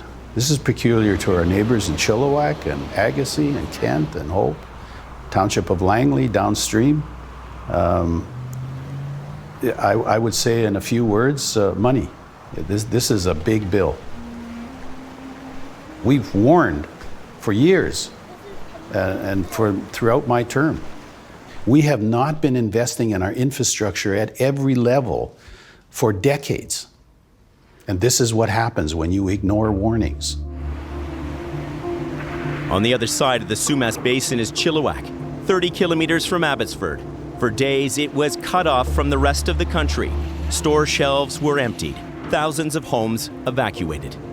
We've got, you can see how many different major water bodies. Jason Lum is chair of the Fraser Valley Regional District. This is the most serious emergency in my time here, and I've lived here my whole life. And I cannot recall another catastrophic event of this nature in the last, I'm going to say, almost 100 years. It's heartbreaking. Yeah, it's heartbreaking. Absolutely. Yeah. And Lum believes this heartbreak never had to happen. I think it was preventable, and I think it was predictable. I've participated in studies and panels where I've raised the same concern, it seems, for the last 10 to 15 years. There's going to be a time and a place where we're all going to be held accountable for our role. So who should be held accountable? The province sets the standards for dike safety, but local communities are the ones that have to pay for it. And in 2015, this map showed the majority of dikes were in need of urgent repair. You look at the regional district, and even though it's a large geographic area, you've still got very, very small service areas with, sometimes less than 100 people. It's absolutely asinine to think that they could pay for a multi-million-dollar dike upgrade. It's unfair to just leave the responsibility to the local governments and the regional governments. We do not have the capacity to handle it. We have all these local governments who are unfortunately competing for the same resources, and they're doing exactly what they should be doing, fighting for their own constituents and their own communities. It doesn't make sense to manage water on the scale of the local government. In fact, we found alarms have been raised in report after report, dozens in the last 2 decades. In this 2015 study, the province was warned that none of the dikes assessed in the Lower Mainland fully met the provincial standard, and that many could be expected to fail during a large-scale flood. Another in 2016 found that a major Lower Mainland flood would be Canada's most costly natural disaster. And in 2018, the BC Auditor General found diking infrastructure will likely not be sufficient in the face of increasing flood risks. Just this May, Tamsin Lyle wrote a report for the BC government. She says bureaucrats told her to tone down her findings. We said the flood risk governance system in BC is broken, and we highly recommended that they take some of the authority back, and also, of course, that they fund these things better. They said, can you take that out of our report, please? It's one of my proudest moments is that I kept that line in that report, and we were asked to tone the language down, and I didn't. In the BC capital, Victoria, there's a small team working for the province who oversee dike safety and flood risk. Lyle says they've also been sending warning signals to their superiors. I know that these folks have been banging their heads against a wall for the last 2, 3, 5 years, trying to get the attention of higher folks at the government on these issues, and it's a pretty thankless task. BC's Ministry of Forests oversees the Dike Safety Office, but our questions were directed to Deputy Premier Mike Farnworth. Minister Farnworth, I want to ask you about some decisions that have been made or not made in the past in BC. In 2015, the province commissioned a report on the state of the government on. But our questions were directed to Deputy last 2, 3. Victoria. But our questions were directed to Deputy Premier Mike Farnworth. Minister Farnworth, I want to ask you about some decisions that have been made or not made in the past in BC. In 2015, the province commissioned a report on the state of dikes in the Lower Mainland. It assessed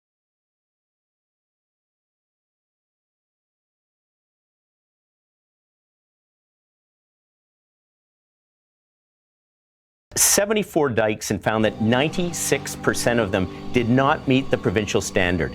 Since that report was published, how many dikes have been brought up to standard? Well, there has been an ongoing program in terms of trying to bring dikes up to standard. For example, February this year, we completed a survey in terms of the dike, what's called the dike crest, to see where things are at. There have been investments in terms of diking of about $105 million over the last couple of years.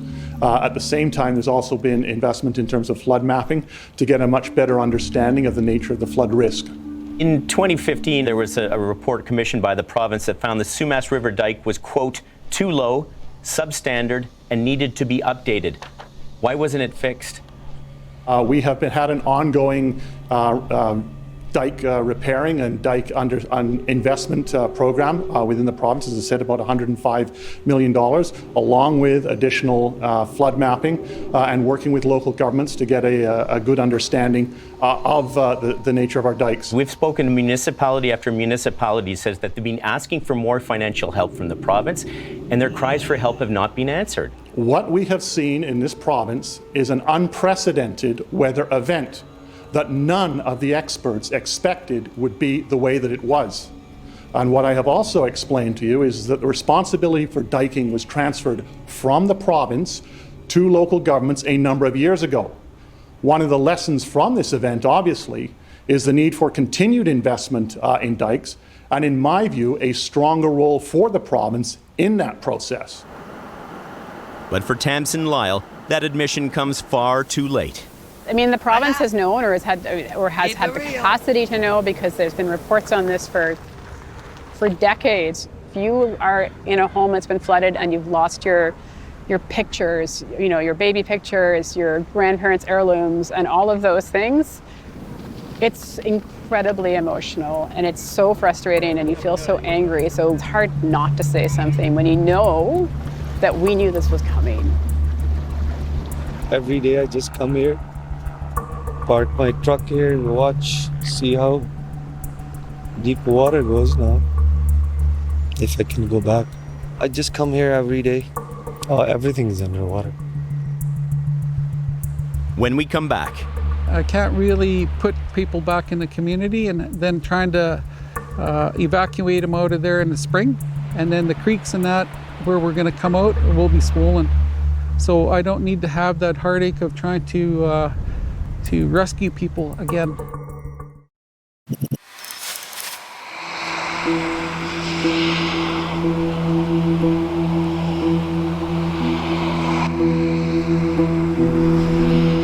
It's been 10 days since an atmospheric river dumped record amounts of rainfall on parts of BC. Now the floodwaters are slowly receding, and what they reveal illustrates the challenges people face next.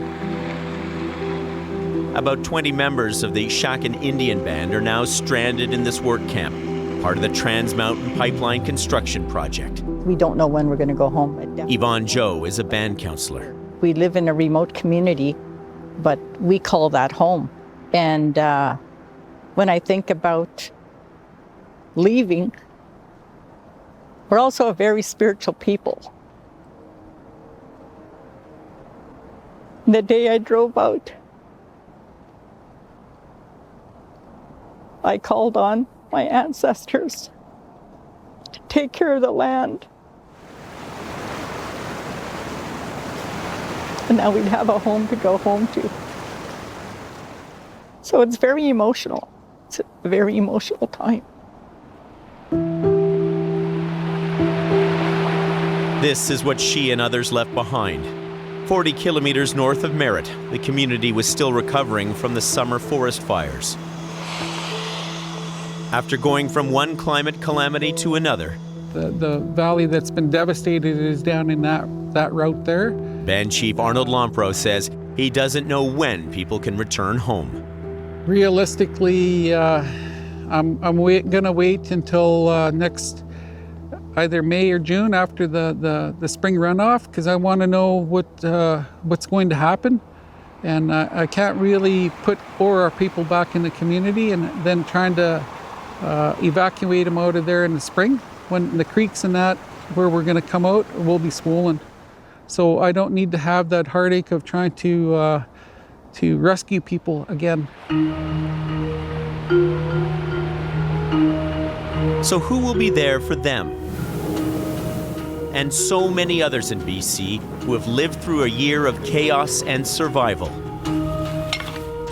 And do governments at all levels now see this calm after the storm as a time to act decisively? What used to be a 1 in 500 year event is probably now a 1 in 50 year event or a 1 in 5 year event.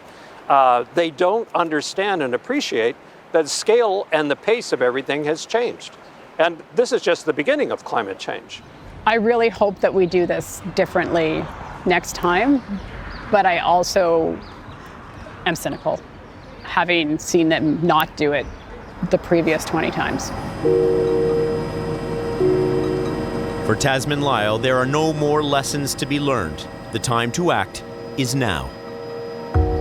It's just incredibly hard to see that we didn't make good choices that would have enabled the river to do what the river needs to do, but also allow us to live it in the space better.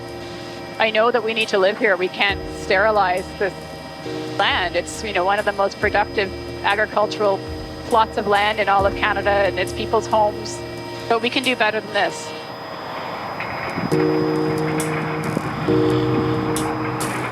And while governments calculate the costs of a cleanup and compensation,